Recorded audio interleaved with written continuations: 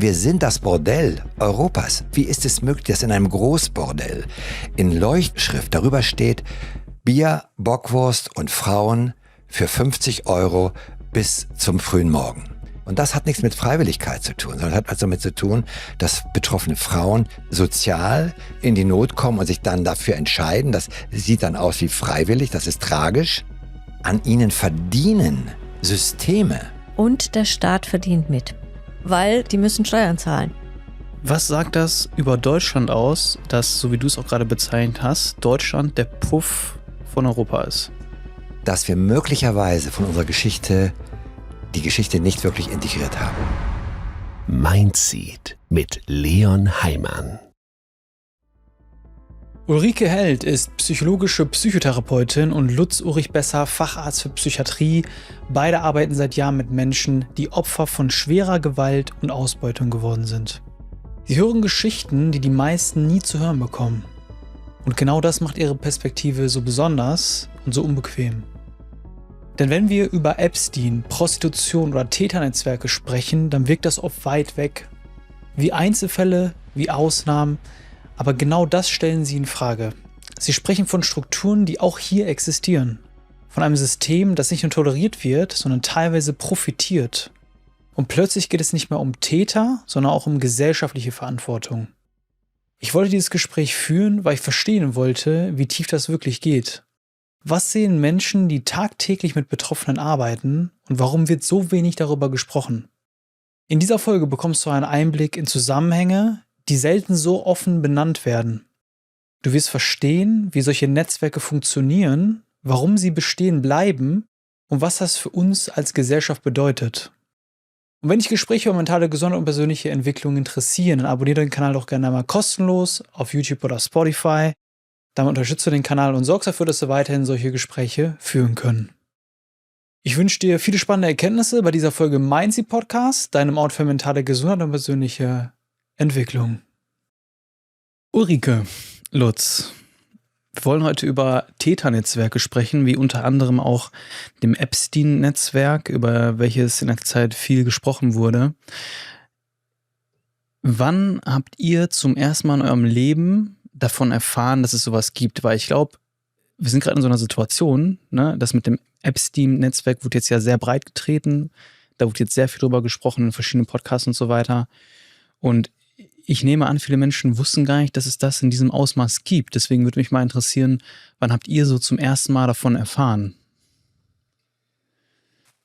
Vielleicht bevor wir einsteigen, lieber Leon, danke, dass du uns beide gemeinsam, wir werden ja darüber sprechen, wir kennen uns seit 25 Jahren, die Ulrike und ich, bevor wir über eigentlich abgrundtiefe Verletzungen und Verbrechen an Menschen sprechen, möchte ich unsere Zuhörer, weil möglicherweise auch Betroffene uns zuhören, darauf hinweisen, dass wir versuchen, in einer freundlichen, aber sachlichen Art über Dinge zu sprechen, die eigentlich Verbrechen darstellen. Verbrechen, die durch Gewalt, sexuelle Ausbeutung und Gewalt geschehen.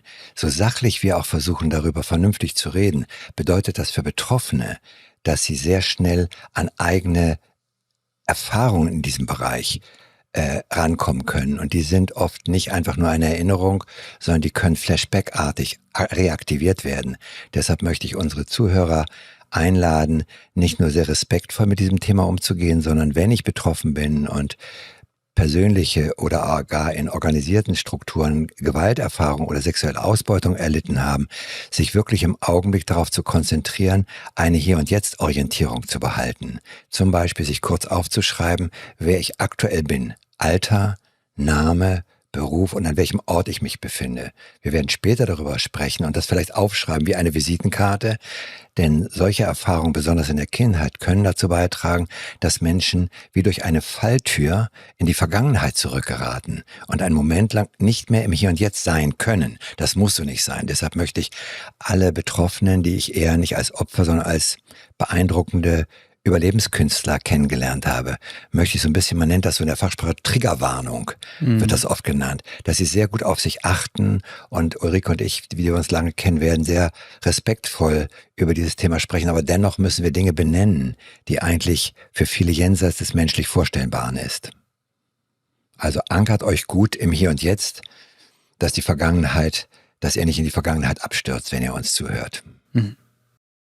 Netzwerke wie das von Epstein, wie du sagst, das jetzt medial viral gegangen ist und viele investigative Journalisten sich sehr mit der Geschichte von Epstein und seinen weltweiten Netzen beschäftigt hat, das ist sicherlich auch für uns neu. Wir hatten es eher, oder ich hatte es eher als Psychiater Mitte der 90er Jahre mit Patienten, mit Menschen zu tun, die große Auffälligkeiten zeigten, die auf unsere Bemühungen, ihnen zu helfen, die Schlafstörungen, die Angststörungen, das selbstverletzende Verhalten und viele andere beeinträchtigende Symptome loszuwerden, so gut wir das konnten. Und es hat lange gedauert, bis wir dann, oder bis ich damals, einer der ersten, damals in der Medizinischen Hochschule, 92, 93, 94 angefangen haben hinzuhören und erste Hinweise von Betroffenen kamen, dass sie nicht nur, wie das ja in aller Munde ist, innerhalb der Familie sexuellen Übergriffen, sexuellem Missbrauch, eigentlich sollten wir von sexualisierter Gewalt sprechen, ausgeliefert waren, sondern dass plötzlich deutlich wurde, da haben Väter oder Familienmitglieder die Kinder ausgeliefert an organisierte Gruppen. Wir sind noch lange nicht bei dem, was wir jetzt hier als Epstein-Files mit weltweiten Verstrickungen internationaler, bekannter Multimilliardäre. Nein, organisierte Netzwerke heißt, dass Kinder und Frauen besonders nicht nur Misshandlungen innerhalb der Familie ausgeliefert, sondern dass diese Kinder zum Teil ausgeliehen, verschenkt, verkauft worden sind. Das ist der Punkt. Das sollten wir um die aktuellen Epstein-Files, da haben sich sicherlich aktuelle investigative Journalisten mit mehr Details um Epstein herum beschäftigt. Wir kommen aus der Klinik und sind in den Anfang, Mitte der 90er Jahre erstmals damit konfrontiert worden, dass nicht nur irgendein pädosexueller innerfamiliärer Täter, der Vater, der Onkel, der Opa oder irgendjemand Kindern so etwas angetan hat, sondern plötzlich erschrocken darüber waren und das zum Anfang selbst auch gar nicht glauben konnten. Und es war ein langer Weg, um Menschen zu vermitteln, dass das glaubhaft ist, was sie einem dort unter großer Scham, unter großer Angst angefangen haben zu berichten. Wir können dann einige Details erzählen. Das war also eher ein Wachwerden, dass dieser große Bereich von sexueller Misshandlung, sexueller Ausbeutung eben auch in strukturierter, organisierter Form stattfindet. Aber das war dann ja so der erste Punkt, wo ihr davon gehört habt. Ich nehme an, solche Strukturen gibt es wahrscheinlich schon immer, oder? Das kann ich nicht sagen, seit wann die es gibt, aber es gab so Erzählungen, dass dann zum Beispiel nach den Nazis Kinder regelrecht trainiert wurden mit Foltermethoden, dass sie sich spalten, also in eine dunkle Kiste gesperrt als Baby, mit irgendwelchen Geräten ihnen schreckliche Schmerzen zugefügt wurden, damit sie sich innerlich spalten und sie dann praktisch auch missbraucht werden können. Gehört habe ich, oder erste Patientin sowas, war schon am Ende der 90er Jahre bei mir. Und ich habe ein Buch gelesen, ich glaube Ulla Fröhlich oder Fröhling hieß die. Ja. Und das ist irgendwie in meines Vaters Haus. Und da ging es auch darum, dass sie mit der Zeit das beschreibt eine Therapeutin, die ein Mädchen oder eine junge Frau begleitet. Und da kommt immer mehr die Geschichte raus, wie sie verkauft wurde, missbraucht wurde, wie sie selber gezwungen wurde, anderen Schmerzen zuzufügen und mit welch bestialischen Methoden diese Kinder da misshandelt wurden und auch diese Psyche zerstört wurde. Ich versuche gerade so ein bisschen herauszukristallisieren, wann ist der Ursprung von solchen Netzwerken. Ich weiß gar nicht, ob ihr mir diese Frage überhaupt beantworten könnt, aber was denkt ihr denn? Hat das erst so zur Nazi-Zeit und so angefangen, dass dann wirklich organisiert sowas getan wurde, oder ist das schon viel früher passiert und erst jetzt ist es wirklich in der Gesellschaft angekommen und dass alle davon erfahren? Das Buch, was Ulrike gerade erwähnt, Vater unser in der Hölle von Ulla Fröhlich, die eine der ersten Autoren waren, die auf solche organisierten Strukturen und sadistische Misshandlungskonzepte hingewiesen hat. Das ist sozusagen in der Psychotherapie und der Psychiatrieszene, was historisch, dass es schon immer furchtbare, historisch im Mittelalter und überall furchtbare sadistische Quälereien an Menschen gegeben hat. Ich glaube, das können Historiker besser beantworten als wir. Was gibt es für Dokumentationen, was für Gräueltaten an Menschen verübt worden sind? Und das geht sicherlich weit, weit, weit zurück in die Geschichte. Das ist ja das Erschreckende, dass Menschen dazu in der Lage sind, sowas zu tun. Und das ist, da würde ich mich jetzt eher an Historiker wenden und gucken, was weiß man über die Folterrituale, die Hexenverbrennungen im Mittelalter. Da beginnt das ja, lebendige Menschen zu verbrennen, besonders Frauen, die irgendwann, da glaube ich, sind wir bei Historikern besser aufgehoben. Für die Psychiatrie und für die Psychotherapie ist, glaube ich, von Bedeutung, wann ist ins Bewusstsein gedrungen, dass es überhaupt sexuelle Ausbeutung, sexualisierte Gewalt und dann auch noch in organisierter, strukturierter Form gibt in unserem Land.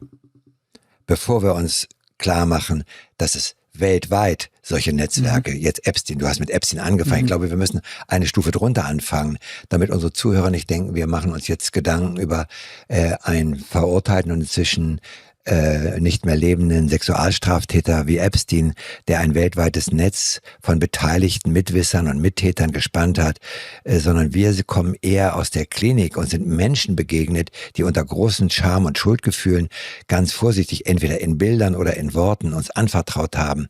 Es war eben nicht nur der Vater, der Großvater oder der große Bruder, sondern wir sind in Gruppierungen begleitet worden, wo man sich dann kollektiv über Kinder hergemacht hat. Ich glaube, das ist ein anderer Blickwinkel als die historische Frage. Seit wann existieren unvorstellbare Gräueltaten gegen Menschen und auch gegen Kinder?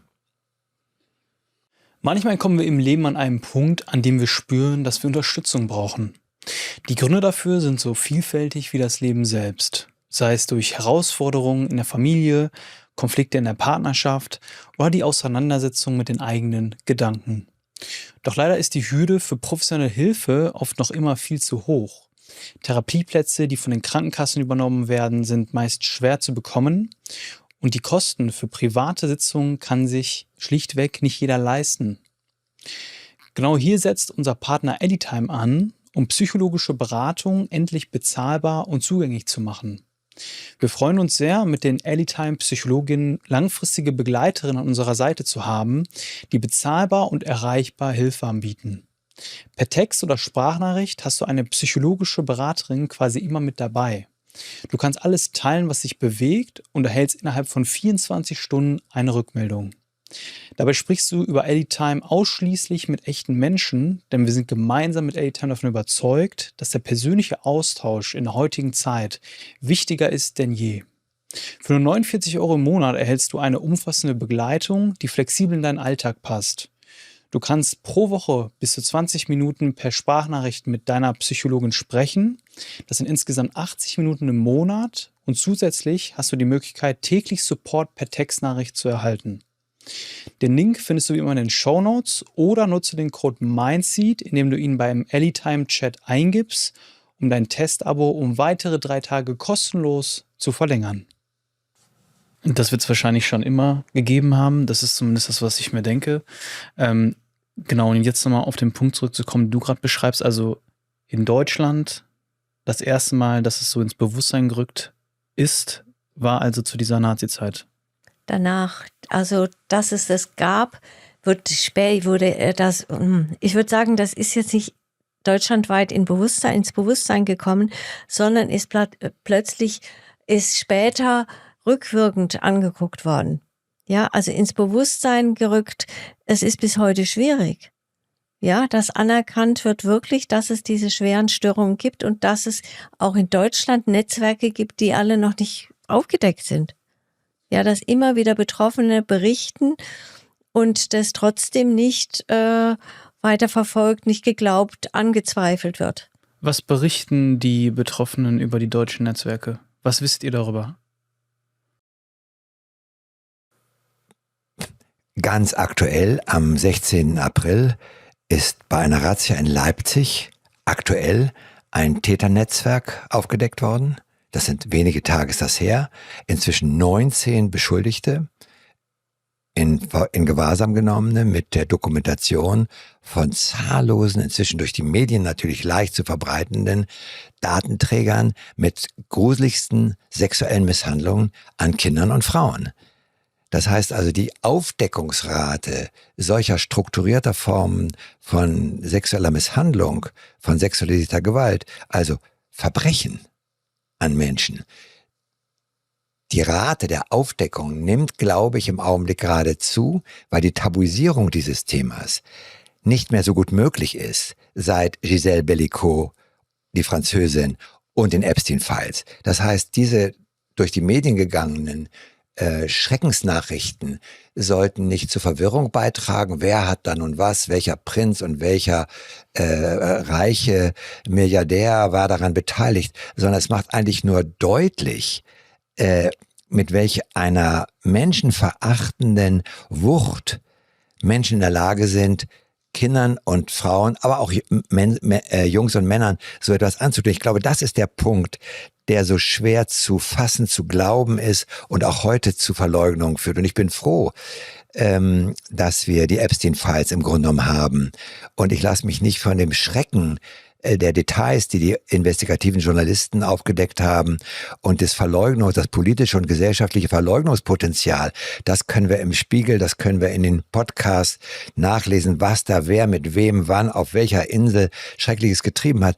Ich glaube, mir geht es mehr darum, dass unsere Zuhörer den Mut bekommen, nicht verwirrt zu sein, dorthin zu schauen, dass es das einfach gibt. Und es gibt es eben leider eben nicht nur. Gisèle Bellicot hat eigentlich eine ganz wichtige Sache geleistet. Sie hat den Mut und die Kraft gehabt, nachdem deutlich geworden ist, dass ihr Mann jahrelang nicht nur sie betäubt und sich über sie sexuell hergemacht hat, sondern dass er sie an andere Männer verkauft hat. Vielleicht magst du den Fall nochmal kurz beschreiben für die Zuhörerinnen, die den nicht kennen.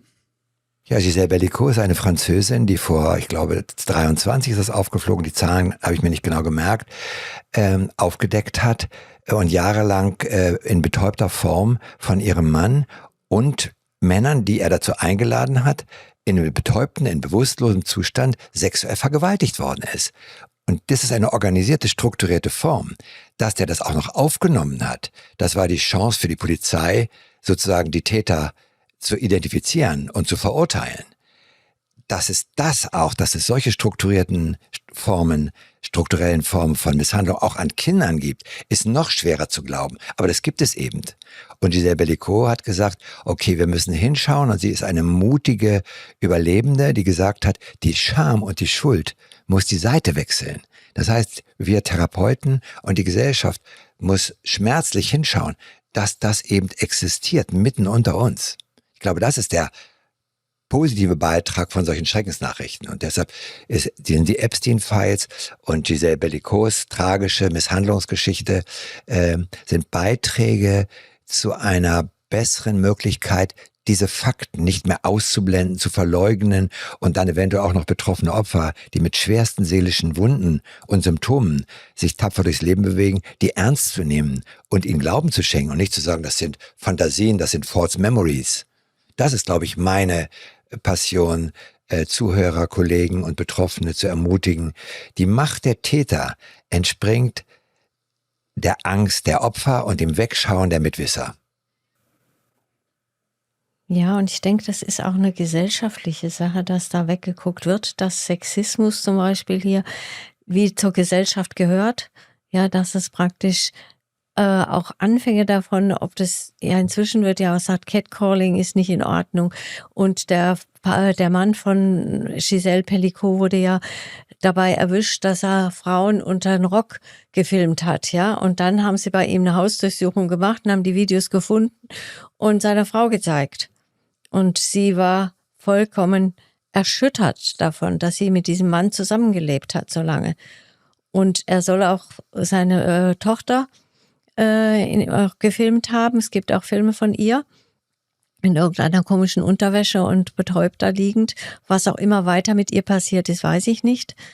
Aber die hat auch darüber geschrieben und das ganze Familiensystem ist erschüttert. Aber gesellschaftlich ist Sexismus gehört wieder dazu, ist Reklame, dadurch wird es eng verbunden mit Macht und Sexualität und Macht, dass das zusammenschaukelt und dann zum Geschäft gemacht wird. Könnt ihr das nochmal genauer erklären? Wie genau meinst du das, dass das dann zum Geschäft gemacht wird? Also diese ganze Dynamik würde ich gerne mal ein bisschen besser beleuchten. Ja, allein da kommen wir auch zu der Auseinandersetzung über Prostitution zum Beispiel, dass das wieder zugehört, dass Frauen praktisch sich verkaufen oder vielmehr verkauft werden, dass das ein richtiges Geschäftsmodell ist, dass Deutschland hier der größte Puff Europas ist, ein Umschlagplatz für Menschen, dass 90% circa oder 85, ich weiß nicht genau, aus dem Ausland kommen, nicht freiwillig angeworben werden hier in Deutschland für, was weiß ich, dass sie Bedienung machen, Kindermädchen oder sonst was und dann in die Prostitution reingedrückt werden und dass das gesellschaftlich dazugehört, ja, dass Frauen eben als Ware angesehen werden. Das, denke ich, ist dieser gesellschaftliche Sexismus auch und dass es für Männer auch so ein Machtgefühl ist, sie zum Beispiel über eine betäubte Frau hinweg mit ihr alles machen zu können, das muss wohl so ein Kick sein. Ich persönlich kann mich da nicht reinfühlen in diesem Sinne, weil es so absurd ist und so abstoßend. Ja. Ich verstehe das auch überhaupt. Also das ist super schlimm aber jetzt, ich versuche mich ja trotzdem auch immer in die Täter reinzudenken. Und du sagst jetzt ja, okay, für einige Männer muss es der totale Kick sein. Was soll, also ich verstehe das überhaupt gar nicht. Was soll daran ein Kick sein? Also ein Kick ist ja eigentlich eher, wenn es einvernehmlich ist. Und, ne, also Entschuldigung, das verstehe ich. Also das ist für mich absolut absurd. Ich fand jetzt trotzdem noch interessant, was du über die Prostitution gesagt hast. Wie denkt ihr denn über diese Prostitution? Weil da ist ja auch eine Diskussion, ne? Es gibt ja auch Menschen, die sagen, hey, Prostitution ist super wichtig, weil sonst hätten wir mehr Vergewaltigung und so weiter. Ich kann dazu was sagen. Das Märchen. Ja, ich kann dazu was sagen. Ich war 2016 eingeladen in den Fachausschuss im Bundestag in Berlin. Und es gab zur Novellierung des Prostitutionsgesetzes 11 eingeladene Experten und wir saßen dort in der Kommission und da saßen die verschiedenen Parteien und ihre entsprechenden und es ging um die Novellierung des Prostitutionsgesetzes. Und es war erschreckend, dass lediglich ein Gynäkologe, eine Polizistin, ich und noch jemand, wir 4, auch unter uns sogenannten Experten, die dazu Stellung nehmen mussten, damit politisch entschieden wird, welchen Schutz brauchen Prostituierte und so weiter und so fort. Und es war erschreckend, wie gutgläubig dort auch eine aus dem Prostitutionsgewerbe dann übernommen wurde. Ja, das machen überwiegend Frauen freiwillig und man kann ihnen das nicht verwehren. Wenn jemand Sex anbietet und dafür Geld bekommt, dann ist das ihr gutes Recht. Das hat was mit Selbstbestimmung zu tun. Das mag einige wenige Frauen geben, ja. Das ist jedes Menschen gutes Recht. Aber das stimmt so nicht. Der größte Teil wird dazu gezwungen durch soziale Not, durch Täternetzwerke, wie Ulrike gerade schon gesagt hat. Und das ist eine gesellschaftliche Struktur, ein Kollektiv im Sinne dieses Sexismus, dass Frauen im horizontalen Gewerbe tätig sind und Männer für ihre sexuellen Bedürfnisse bedienen müssen. Wir sind das Bordell Europas. Wie ist es möglich, dass in einem Großbordell in Leuchtschrift darüber steht, Bier, Bockwurst und Frauen für 50 € bis zum frühen Morgen? Was ist das für eine Haltung? Das bedeutet, Körper von Frauen oder Körper oder Menschen werden zur benutzbaren Ware degradiert. Und das ist natürlich sozusagen auch eine gesellschaftliche Struktur, die das ja in einer organisierten Form schützt. Und es geht nicht um die Freiheit, dass jeder im sexuellen Bereich das Recht hat, etwas zu tun, wo zwei Menschen einvernehmlich etwas miteinander tun, was ihnen Lust bereitet, sondern es geht um gesellschaftliche Strukturen. Da bin ich ganz bei dir, Ulrike. Das ist wirklich eine patriarchalische Haltung. Und diese Diskussion natürlich, was passiert, wenn man die Frauen, die dort dem horizontalen, es ist wie, als wenn ich einen Gewerbeschein habe. Furchtbar, ja. Ja, also Sexarbeiter heißen sie ja auch. Ja. Ja, horizontales Gewerbe, Rotlichtmilieu ist die romantische Version. Ja, Rotlichtmilieu, als wenn man dort ein bisschen romantisch sich einer Frau bedienen kann, die das freiwillig macht und die ihren Körper hergibt, damit ein Mann in sie eindringen kann und so weiter und so fort. Und ich glaube, diese Haltung ist das Problem. Und das ist eine gesellschaftliche Struktur. Also Entschuldigung, ich musste gerade auch einfach, das geht gar nicht in meinen Kopf rein, dieses Bockwurst, Frauen. Ja. Und, also das ist für mich... Flatrate gab es Flatrate. richtig. Es gab Flatrate in Echterdingen. Da standen die Männer Schlange und die Frauen drinnen konnten nicht mehr. Die hatten unglaubliche Schmerzen, ja, in ihrem ganzen Körper, weil sie so benutzt wurden und sie sollten weitermachen. Das heißt, du bezahlst praktisch und kriegst dann bis zum frühen Morgen, kannst du eine Frau nach der anderen benutzen. Ich würde gern besser verstehen, also wie werden die Frauen dazu gezwungen? Und Die werden abhängig gemacht, das, was der Lutz gesagt hat vorher, mit die Armut spielt eine Rolle. Ich kenne eine Ausgestiegene, die sagt, wenn ich sie vor 3 Jahren, wo sie noch nicht ausgestiegen war, gefragt hätte, hätte sie gesagt, ich mach's freiwillig, mir macht Spaß und so weiter. Und sie sagt, weißt du, ich bin völlig kaputt. Ich kann Männer nicht mehr ertragen. Ja, ganz generell überhaupt nicht mehr. Aber ich war so arm. Ich hatte 2 Kinder. Ich wusste überhaupt nicht mehr, wie ich durchkommen soll. Und sie sagt, auch wenn es nicht möglich gewesen wäre, hätte ich das auch nicht getan. Aber es war eine Möglichkeit. Und so kam ich an Geld. Und heute merke ich, wie kaputt ich bin. Und sie erzählte mir, dass sie auch als Kind schon sexuelle Gewalt erlebt hat. Und das ist auch ganz häufig. Das Zweite ist, es gibt diese Netzwerke, da sind wir wieder bei Netzwerken, weltweit. Zum Beispiel Nigeria, die Madams, das sind ehemalige, die benutzt wurden als Prostituierte, die dann Mädchen ansprechen, denen etwas versprechen. Zum Beispiel, dass es in Deutschland eben sie eine Arbeit finden, eine Ausbildung und so weiter. Und dann kommen die zum Teil eben auch minderjährig nach Deutschland und denen werden die Pässe abgenommen. Dann wird ihnen gesagt, ja, aber wir haben jetzt den Flug für dich bezahlt, das musst du alles noch abbezahlen, dann haben wir Kleidung für dich besorgt und so weiter. Und das heißt, sie sind dann auch sofort in der Schuldenfalle, haben keinen Pass mehr, kennen sich überhaupt nicht aus, kennen die Sprache nicht und werden benutzt. Oder das auch in der Ukraine heute nicht mehr, aber eben anderen osteuropäischen Ländern, dass sie regelrecht zur Werbung dorthin gehen und junge Frauen ansprechen und sie dann hier unter Druck setzen, deiner Familie passiert was, wenn du nicht tust, was wir wollen. Und wie ist das, wisst ihr auch, wie das in der Pornoindustrie ist? Ist es da ähnlich? Ja, es ist ähnlich. Ganz Und da ähnlich. gibt's leider auch in der Auseinandersetzung, jetzt bin ich ja in der Frauenbewegung auch, Frauenverband Courage, da sind wir uns einig, aber es gibt andere, mit denen wir zusammenarbeiten eigentlich, dass man sich nicht einigt, dass sie sagen, ja, Porno sei doch was ganz anderes als Prostitution, aber letztlich ist es auch ein Benutzen, ein Degradieren der Frauen. Und es gibt natürlich auch Jungs, die benutzt werden. Ja. Ich würde das gerne ergänzen. Es geht nicht darum, dass wir Menschen durchaus, ohne das moralisch abzuwerten, dass für uns Menschen die Darstellung von Nacktheit, von Sexualität in einer respektvollen Form etwas Animierendes, etwas Erregendes haben kann. Aber wenn man sich das wirklich damit beschäftigt und es nicht als Konsumgut, dann ist ein großer Teil der Pornografie ist Frauen erniedrigend und verachtend.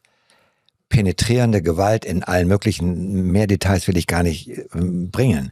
Und das wird, glaube ich, ausgeblendet. Und wenn man es ganz, ganz drastisch sagt, müssten eigentlich die Freier sich klar machen, was würde passieren? Ich spreche jetzt bewusst mal biologisch als Arzt. Ich muss meine Körperöffnung, sprich beim Mann den Anus herhalten und innerhalb der nächsten 8 Stunden, abends von 19 bis morgens um 4 Uhr, dringen 10 verschiedene Männer mit ihrem irrigierten Penis in meinen Körper ein. Das muss man sich klar machen. Und das hat nichts mit Freiwilligkeit zu tun, sondern hat also damit zu tun, dass betroffene Frauen sozial in die Not kommen und sich dann dafür entscheiden. Das sieht dann aus wie freiwillig, das ist tragisch, ja. Aber vor allen Dingen werden sie ja betrogen, es wird ihnen Versprechungen gemacht. Und dann werden sie unter Druck gesetzt, von den Luden mal ganz abgesehen. Die müssen dafür bezahlen. Die müssen da an ihnen verdienen. Systeme. Das ist nicht, dass eine Frau sich ein schönes Zimmer einrichtet und privat ein paar Männer einlädt und sich dafür bezahlen lässt. Das darf sie gerne tun, wenn ihr danach zumute ist. Nein, das sind organisierte Strukturen. Im Rotlichtmilieu. Und der Staat verdient mit. Ja, also Wir haben ja in der Frauenbewegung auch gesagt, dass es dann der größte Zuhälter sozusagen ist, weil das ist ja steuerlich, die müssen Steuern zahlen. Und auch in den Bordellen müssen sie die Zimmer zahlen, die unheimlich teuer sind, und da werden ihnen die Steuern abgenommen. Oder in den sogenannten Verrichtungsboxen müssen sie irgendwelche Tickets ziehen, die sie bezahlen. Und das sind dann Gelder, die ja praktisch an den Staat gehen. Verrichtungsboxen. Man Veraltes höre sich Wort. das mal an, allein das Wort. Zum Beispiel. Verrichtung. Das ist so, als wenn ich scheißen gehe, um das mal ganz vulgär zu sagen. Ja, genau. Verrichtungsboxen. Also da werden Frauen abgerichtet. Und warum diese Diskussion so schwierig auch oft ist, dass geglaubt wird, das machen sie mehr oder weniger ja freiwillig. Wir können später noch darüber sprechen. Das geht nur, wenn ich die Fähigkeit der Abspaltung habe. Die Gynäkologin damals, 2016, als ich erwähnt habe, als wir da im Bundestag saßen, hat das, was Ulrike gerade gesagt hat, auch gesagt. Der Gynäkologe hat gesagt, die kommen zum Teil wirklich mit wunden Körperöffnungen. Die sind krank. Die werden durch sexuelle Ausbeutung, weil Sexualität geht immer in den Körper hinein. Das ist noch was anderes als körperliche Gewalt, wenn jemand geschlagen wird, blaue Flecke bekommt und so weiter und so fort. Und diese penetrierende, sexualisierte Ausbeutung und Gewalt ist körperlich und seelisch sind das schwerste Verletzungen, die hinzugefügt werden. Und das ist, glaube ich, das Tragische, dass auch in der Politik, und so habe ich das damals dort im Bundestag sitzend ja miterlebt, dass das Einzige, was man dort in der Novellierung des Prostitutionsgesetzes gemacht hat, dass Frauen in der Prostitution, die schwanger sind, haben einen größeren Schutz. Also 2, 3, und Frauen mit einer nachweislichen geistigen Behinderung, die keine Selbstbestimmungsfähigkeiten haben. Also die nicht entscheiden können, was sie wollen und was sie nicht wollen. Das war das Einzige, was in der Novellierung durchgekommen ist. Und die Diskussion, dass in einigen Ländern längst das Prostitutionsgesetz verändert worden ist und dass die Freier zur Verantwortung gezogen werden, das kriegen wir bei uns in der Bundesrepublik nicht durch. Unter dem, was du gefragt hast, was wird passieren, wenn wir armen Männer uns nicht mehr an Prostituierten sexuell abreagieren dürfen? Meine Frage... Dann steigt die Zahl der Vergewaltigung. Ist eine das stimmt nicht. furchtbare Hypothese, die erstmal nicht stimmt und die eigentlich eine patriarchalische Denke ist. Ich sehe das so wie du, aber jetzt mal, lass uns das mal weiterdenken. Stellt euch jetzt mal vor, ab heute gibt es keine Prostitution mehr und keine Pornos mehr. Ja, und dann? Ja, also ich glaube, das wird zu Problemen führen. Also ist jetzt einfach mal meine Hypothese. Also ich glaube, diese Männer werden auch, da sind ja auch ganz viele Süchtige dabei. Das sind Ja. so, ich glaube, die würden sehr viel Probleme machen. Ja, und wenn jemand süchtig ist, stelle ich ihm dann den Alkohol hin oder arbeite ich daran, dass er entwöhnt wird? Ich arbeite daran, dass er entwöhnt wird. Ob er es schafft, ist eine andere Frage. Also die Hypothese ist, weil Sexualität oder sexuelle Energie auch einen Suchtcharakter hat, muss man das laufen lassen. Nein, man muss es nicht laufen lassen. Man muss sagen, du hast die Verantwortung dafür. Und ich will noch was dazu sagen, warum es nicht entschieden wird, ist, weil es so viele Profiteure gibt. Ich bin nicht nur jetzt, also die Freier ist die eine Seite und ich denke, mit denen muss man diskutieren, arbeiten Ja. und die müssen auch die Verantwortung für sich sich übernehmen, was sie da tun, auch genau hinschauen, also eine Frage der Auseinandersetzung mit ihrer eigenen Denkweise. Und auf der anderen Seite sind es ja die Zuhälter, die profitieren und der Staat, der profitiert. Und die sind die eigentlichen, wenn es das jetzt morgen nicht mehr gäbe, dann gäbe es Riesenlücken im Staatshaushalt und es gäbe einen Haufen von diesen organisierten Verbrechern sozusagen, den Zuhältern, denen das Geld weggeht. Okay, gut, dass der Staat dann weniger Geld hat, das ist ja eine Sache. Aber denkt ihr wirklich, wenn, nochmal das Szenario, morgen gibt es keine Prostitution mehr und keine Pornos mehr? Ja, schwer umzusetzen, aber stellen wir uns das jetzt mal vor. Denkt ihr wirklich, dass dann nicht zum Beispiel die Vergewaltigungsrate ansteigen würde? Also zum Beispiel in Staaten wie jetzt in Schweden, wo die das durchgesetzt haben, die haben das nordische Modell. Das kann man, also ich sehe es in manchen kritisch, wie sie gegenüber den Freiern vorgehen, aber dort sind die Vergewaltigungen nicht gestiegen. Das ist einfach Fakt. Also das Okay. heißt, da werden die Freier bestraft und Prostituierten nicht bestraft.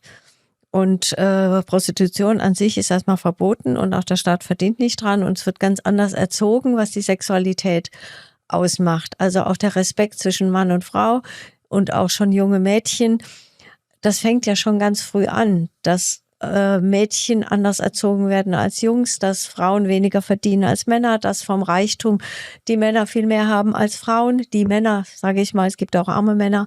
Also das allein schon der Unterschied, der Lohnunterschied, das spielt alles auch eine Rolle, den Frauen eine niedrigere Position zuzuordnen. Und das hängt aus meiner Sicht hier auch an diesem kapitalistischen Staat. Also da komme ich dann ganz politisch um die Ecke, ja. Die Idee, dass Verbote und Strafen nicht das Problem völlig lösen, ist völlig klar. Aber das Signal, es zu legitimieren, steigert natürlich das zu tun. Das heißt, wir heben ja auch nicht, bloß weil einige Leute trotzdem zu schnell fahren, heben wir ja auch nicht die Verkehrsregeln auf. Wenn es aber die Verkehrsregel gar nicht gibt, dann fährt jeder, wie er will. Wenn es also die Regel gibt, dass die sexuelle Ausbeutung von Frauen, sprich Prostitution, nicht akzeptiert ist, dass es sich um eine Straftat handelt, dann steigt das nicht, sondern das wird weniger. Dass trotzdem, ich habe die Zahl der Vergewaltigungen jetzt nicht im Kopf, ich habe andere Zahlen im Kopf von häuslicher Gewalt, über die können wir später sprechen. 2023, 2024, 250.000 gemeldete Fälle von häuslicher Gewalt alleine in einem Jahr. Da geht es nicht um sexuelle Gewalt, sondern allgemein um häusliche Gewalt. Aber die Tatsache, dass ich deshalb, weil ich es mit Verbot und Strafe nicht völlig verhindern kann, ist doch kein Argument dafür, dass ich nicht sage per Gesetz, das ist nicht akzeptabel, es handelt sich um eine Straftat. Ja. Ich bin voll bei euch. Ich nehme, also es ist ein sehr sensibles Thema. Musst du nicht. Ich möchte auch sagen, ich bin da total bei euch, aber ich nehme natürlich auch die Perspektive der Leute an, die solche Meinungen haben. Und ich Dürfen weiß, sie auch haben, und ich weiß, diese Meinungen kursieren, ne? Also diese Meinungen kursieren, wenn das muss es geben, weil sonst haben wir mehr Vergewaltigung. Das ist halt wirklich so in der Gesellschaft, ne? Aber dahinter steckt doch das Denken, dass das männliche Bedürfnis nach Sexualität einfach angelegt sozusagen und nicht beherrschbar ist und der Mann muss es ausleben. Und kann er ja auch mit zum Beispiel Masturbation Ja, und anderen Solo-Sex. Sachen. genau. Solo-Sex, ja. Also der das kann geht sich ja selbst auch, helfen, ne? der Ja. kann versuchen, in liebevolle, freundliche Beziehungen zu kommen oder er kann aber auch auf der Ebene einfach rein Sex mit jemandem auf freiwilliger Basis haben und so. Also es gibt ja verschiedenste Möglichkeiten. Aber Frauen zu den Bediensteten von Männern zu machen, das ist das Problem in der Gesellschaft. Ja. Und das hat ihre extremsten Versionen, jetzt nicht bei diesem gesellschaftlichen Diskurs über Prostitution ja oder nein, Verbot ja oder nein, sondern solange das nicht klar ist, dass das Gegenüber nicht zum Objekt degradiert werden darf, sondern dass so intensive Begegnungen, die in der Sexualität stattfinden, nur auf freiwilliger Basis stattfinden dürfen und noch dazu auf der Erwachsenenebene. Das ist das Problem. Das wird individuell und strukturell und in organisierten Kreisen rücksichtslos übergangen und ausgebeutet. Das sind ja jetzt ganz wichtige Infos, die ihr sagt, weil mir inklusive, ich denke, viele in der Gesellschaft wissen das nicht. Ja. Die denken, Prostitution ist freiwillig. Ja. Die denken, die Pornoindustrie, alles ist freiwillig. Ist Ja. ja auch so inszeniert. Sie ist legitimiert, aber nicht freiwillig. Ja, aber das denken ja viele in der Gesellschaft. Deswegen finde ich es ja wichtig, dass ihr das jetzt mal sagt, dass es eben nicht so ist. Und was ich noch viel erschreckender finde, ist, dass der Staat halt das krass unterstützt und daran mitverdient, obwohl er das ja weiß, eigentlich. Ja, ne? der weiß es. Also die da wissen es. am Hebel sind, die wissen das ja die sind ja bestens informiert, wie das funktioniert. Das finde ich ja erschreckend. Und ich finde auch erschreckend, dass 19 Leute da, hast du erzählt. Gerade aktuell. Entschuldigung. Wie viele waren nochmal da in dieser Abstimmung, wo du gesagt hast, nur 4 haben sozusagen dagegen gestimmt? Wir waren 11 eingeladene Experten aus verschiedenen Bereichen, Psychiater und so weiter. Und wir waren als Expertenkommission, als Berater für die politischen Gremien. So, und jetzt würde ich gerne wissen, Lutz, was war denn das Standing der restlichen, ich bin nicht gut in Mathe, 11 minus 4 gleich 7. Was war denn das Standing der anderen 7, die jetzt dafür waren?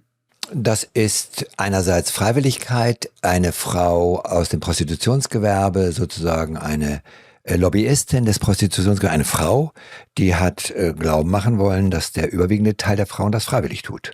Und das wird dann gerne geglaubt. Und die denkt das auch wirklich so. Die ist selber Bordellbesitzerin. Die ist selber Bordellbesitzerin. Ja, die lebt davon, dass Frauen das tun, daran verdient sie. Es ist nicht nur so, dass es nur Männer sind, die Freier. Da gibt es auch Frauen, so wie in Nigeria diese Madams, ja, die diese Mädchen mit dahin bringen. Ich meine, bei Epstein ist es ja auch die Maxwell. Es sind auch Frauen beteiligt. Was sind das für Frauen? Das sind zum Teil, ich kann nicht alles sagen, aber es sind zum Teil Frauen, die selber sexuelle Gewalt erlebt haben. Eben bei den Madams die sind selber da rein gekommen als Opfer erstmal und haben sich auf die Täterseite durchgeschlagen und gehören jetzt zu den Tätern. Und das heißt, für deren Welt gibt es Opfer und Täter. Und es ist nicht so, dass man dann nur sagen kann, oh je, die armen Opfer in dem Fall, weil sie auch Opfer waren, sondern sie sind heute Täterinnen. Ich glaube, ich glaube auch, das ist nochmal wichtig, die uns zuhören und zuschauen.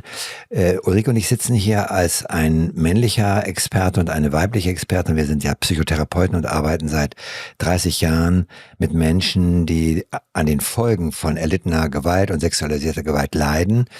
Es geht nicht um die Tabuisierung des wichtigen Themas sexueller Freiheit. Das ist das Recht eines jeden Menschen, sich sexuell in der einen oder anderen Weise diesem Trieb folgend sich Lust zu bereiten. Aber wir sprechen davon, dass Sexualität als Machtmissbrauch zur Ausbeutung und zur Gewalt wir sprechen von nicht einvernehmlicher und organisierten Formen von Ausbeutung von Menschen. Kinder, Frauen, aber auch Jungs. Ja. Ich frage mich gerade, also für mich ist auch schockierend, was ihr erzählt. Und was macht das mit uns als Gesellschaft? Was macht das und was sagt das auch über Deutschland aus? Ne? Also mir kam gerade dieses Bild in den Kopf. Das habe ich auch so, wenn es zum Beispiel um Trauma geht. Ne? Man sieht das Meer hat eine schöne Farbe, das Wasser so, ne? Und man sieht, an der Stelle da ist das ein bisschen schwarz. Da ist so ein bisschen Pech auf dem Wasser. Dann fragt man sich ja, wo kommt das denn her? Dann geht man an die Wasseroberfläche und macht das Pech irgendwie weg. Und dann merkt man, es kommt wieder. Und das ist ein Fass auf dem Grund, das immer weiter Öl ausstößt. Und so, das ist für mich auch so eine Struktur, die wird nicht bei der Wurzel gepackt und die sorgt für ständige Verschmutzung und für destruktive Gedankengänge, Verhaltensweisen und auch für somit eine teilweise destruktive Gesellschaft. So sehe ich das. Ja, ich glaube, das ist das, was du beschreibst, ist letztlich, dass es eine gesellschaftliche Familienordnung gibt, die Rolle der Frau, dass sie in Betrieben besonders ausgebeutet wird. Also die kriegt ja weniger, manchmal am gleichen Arbeitsplatz.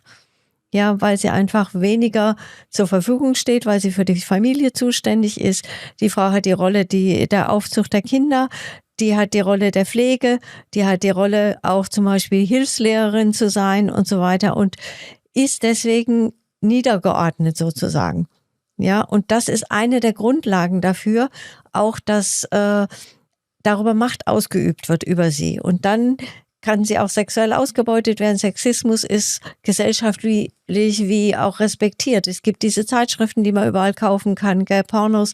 Aber wie die entstehen, wie es den Mädchen geht oder den Frauen, die da abgebildet werden.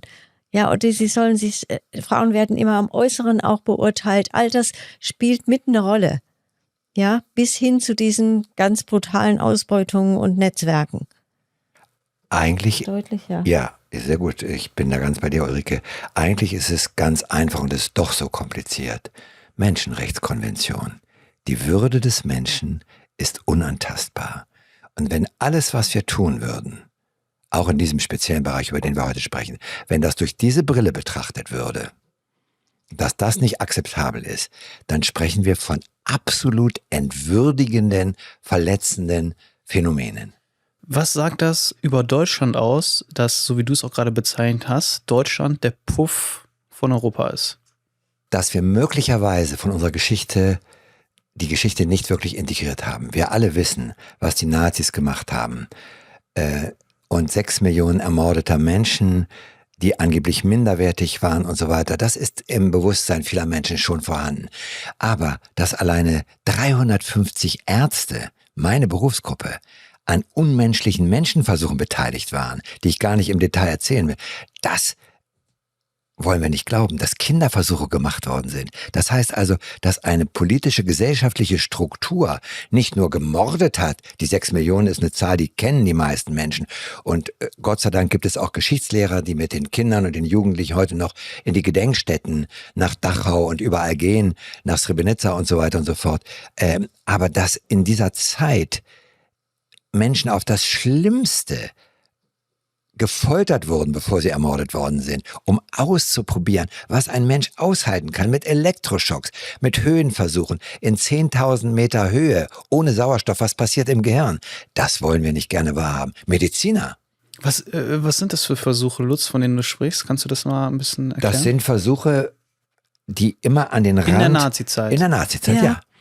Versuche, wo ausgetestet wird, was kann ein menschlicher Körper, eine menschliche Psyche aushalten, bevor sie durchknallt. Und das haben die Nazis gemacht, weil das ist weil sie einen Menschen zu Objekten gemacht haben. Nicht zu schützenswerten Lebewesen, sondern zu Objekten, an denen man seine Macht, sein Interesse, seine Neugierde, seine wissenschaftliche, pervertiertes Ausprobieren, was kann der menschliche Geist, was kann die menschliche Psyche, was kann der menschliche Körper aushalten. Ja, und sie haben auch regelrecht sogenannte medizinische Versuche gemacht. Das war in Ravensbrück, das ist, glaube ich, wenig bekannt, mit Frauen. Und zwar haben sie denen Wunden zugefügt und die verdreckt und dann Sulfonamide gespritzt, um zu probieren, ob das denen hilft, ob man damit die Entzündung wegkriegt. Und manche sind dran gestorben und andere haben eben danach schwere Behinderungen gehabt, nach der Befreiung auch. Und die hießen dann die Versuchskaninchen oder die Kaninchen. Und diese Frauen wurden dann mal eingeladen, auch nach Amerika zur Behandlung und wurden dann dort auch behandelt. Also das heißt, dass sie wieder mehr laufen konnten und so weiter, wurden die Narben ordentlich versorgt und so. Also allein schon, dass jemand sowas ausprobiert und da die Ärztin mitmacht und die Ärztin, die das mitgemacht hat, die war nachher als Kinderärztin, hatte in Deutschland weitergearbeitet, bis irgendwie eine der Betroffenen sie erkannt hat und das weitergesagt hat. Ja, also das heißt, da gibt es, glaube ich, Verbrechen, die man sich noch gar nicht so vorstellen kann. Und wir sind hier in Nürnberg bei dir in deinem schönen Studio hier. Und im Nürnberger Nazi-Prozess, sind von diesen circa 350 Ärzten, die an solchen unsäglichen, menschenverachtenden Menschenversuchen beteiligt waren, sind nur, ich glaube, eine ganz kleine Zahl verurteilt worden.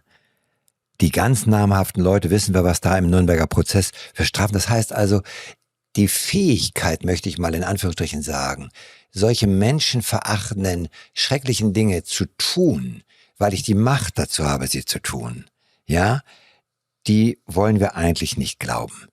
Ich merke, wenn ich darüber spreche, obwohl ich seit Jahren mich damit beschäftige, kriege ich auch immer wieder dieses Herzklopfen und dieses Unwohlsein, weil es macht mich nach wie vor fassungslos.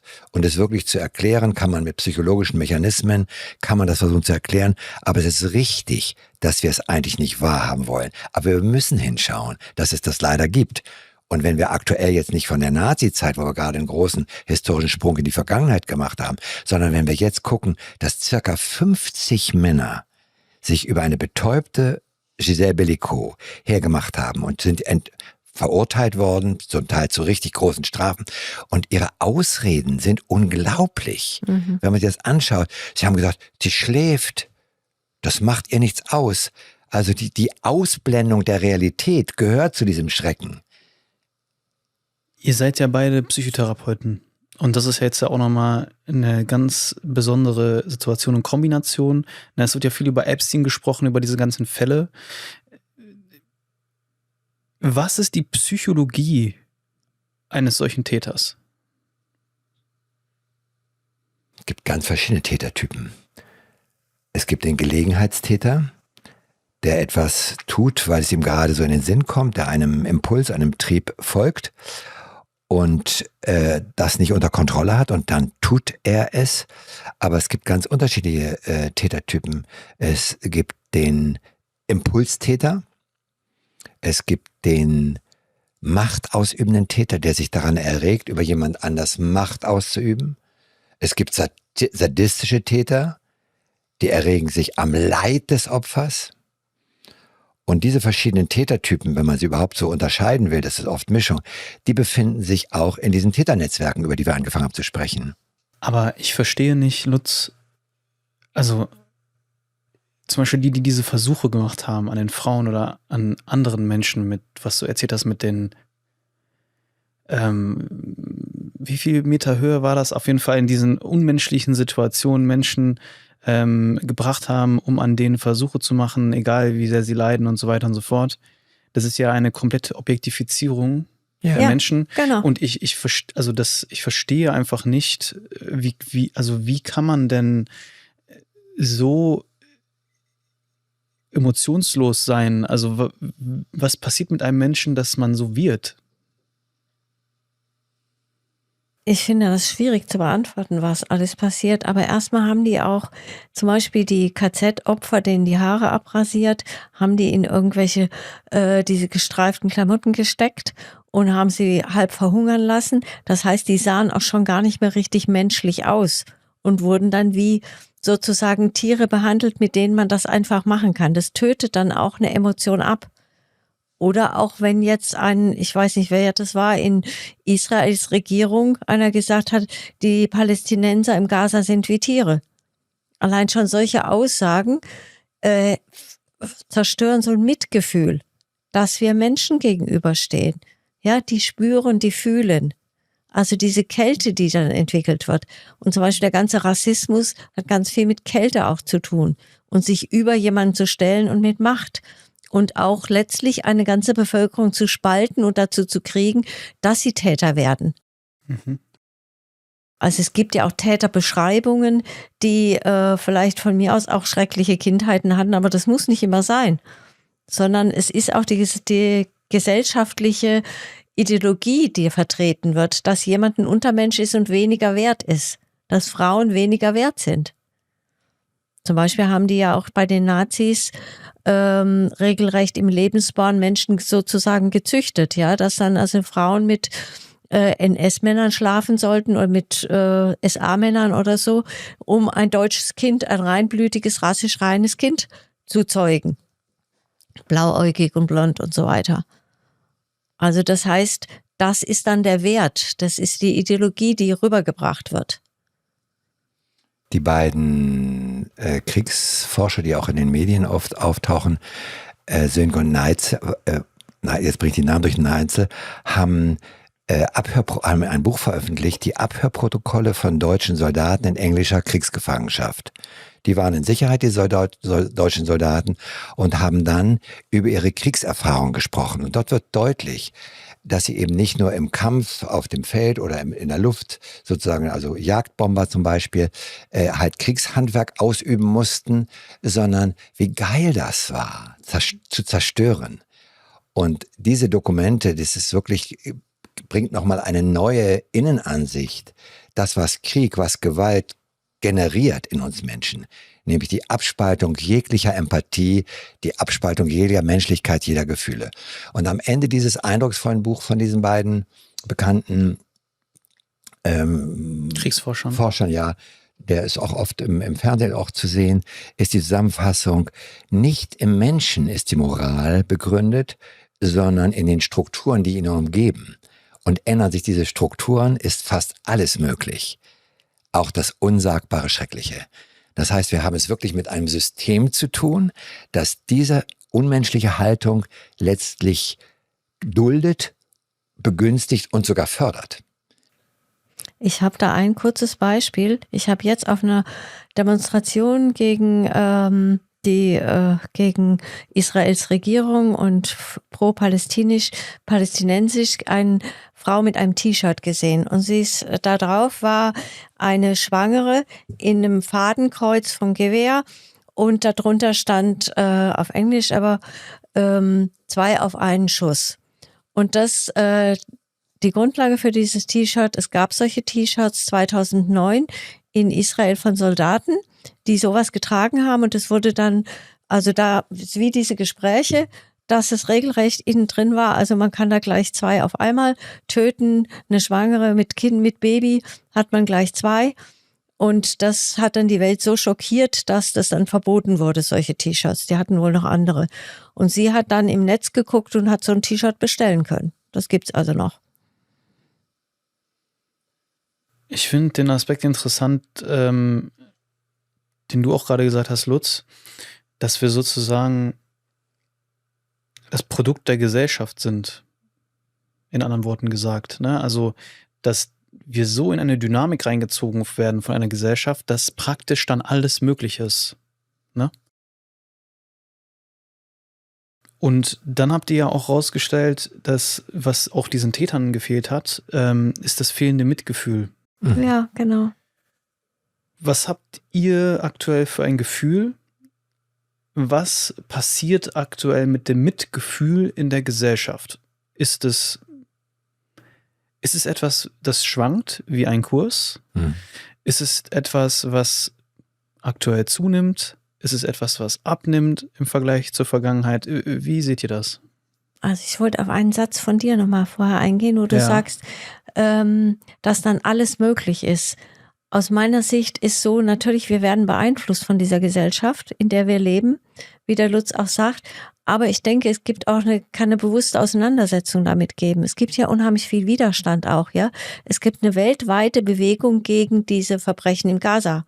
Ja. In Deutschland werden die aber besonders unterdrückt und auch noch hier zum Teil bestraft. Also das heißt, dass man wie eine Nibelungentreue hat hier zu Israels Regierung. Und das ist meiner Ansicht nach auch eine Abspaltung. Letztlich, es geht uns gar nicht, die palästinensische, also solidarisch sind mit Gaza, und sind nicht gegen Juden oder antisemitisch, aber wir bekommen sofort den Stempel. Aber weltweit gibt es ganz viel Mitgefühl auch. Also das heißt, diese Bewegung gibt es auch. Das ist ja das, was Hoffnung macht. Aber gesellschaftlich, finde ich, mit dieser Kriegstreiberei wird eine unglaubliche Kälte verbreitet. Und das fördert natürlich Gewalt. Also, ja. Ja, ich glaube auch, dass wir im Augenblick in einer Phase sind, wo, eigentlich sind wir als Psychotherapeuten dafür zuständig, Menschen Mut zu machen. Aber wir haben heute ein schwieriges Thema und legen den Finger sehr in die Wunde. Und wir kennen uns ja seit vielen Jahren und wir sind eigentlich Therapeuten, die wirklich Menschen, die verletzt worden sind, wirklich versuchen zu begleiten, vom Überleben zum Leben zurückzufinden. Aber wir gucken im Augenblick gerade in die Abgründe menschlichen Handelns. Und das wirkt dann natürlich wie eine Zuspitzung. Es gibt wunderbare, empathische Menschen, es gibt wunderbare Frauen, es gibt wunderbare Männer. Also, dass das jetzt hier nicht missverstanden wird. Aber wenn wir dorthin schauen, dann würde ich schon sagen, es gibt die Gefahr einer zunehmenden Verrohung. Das sieht man auch bei Kindern.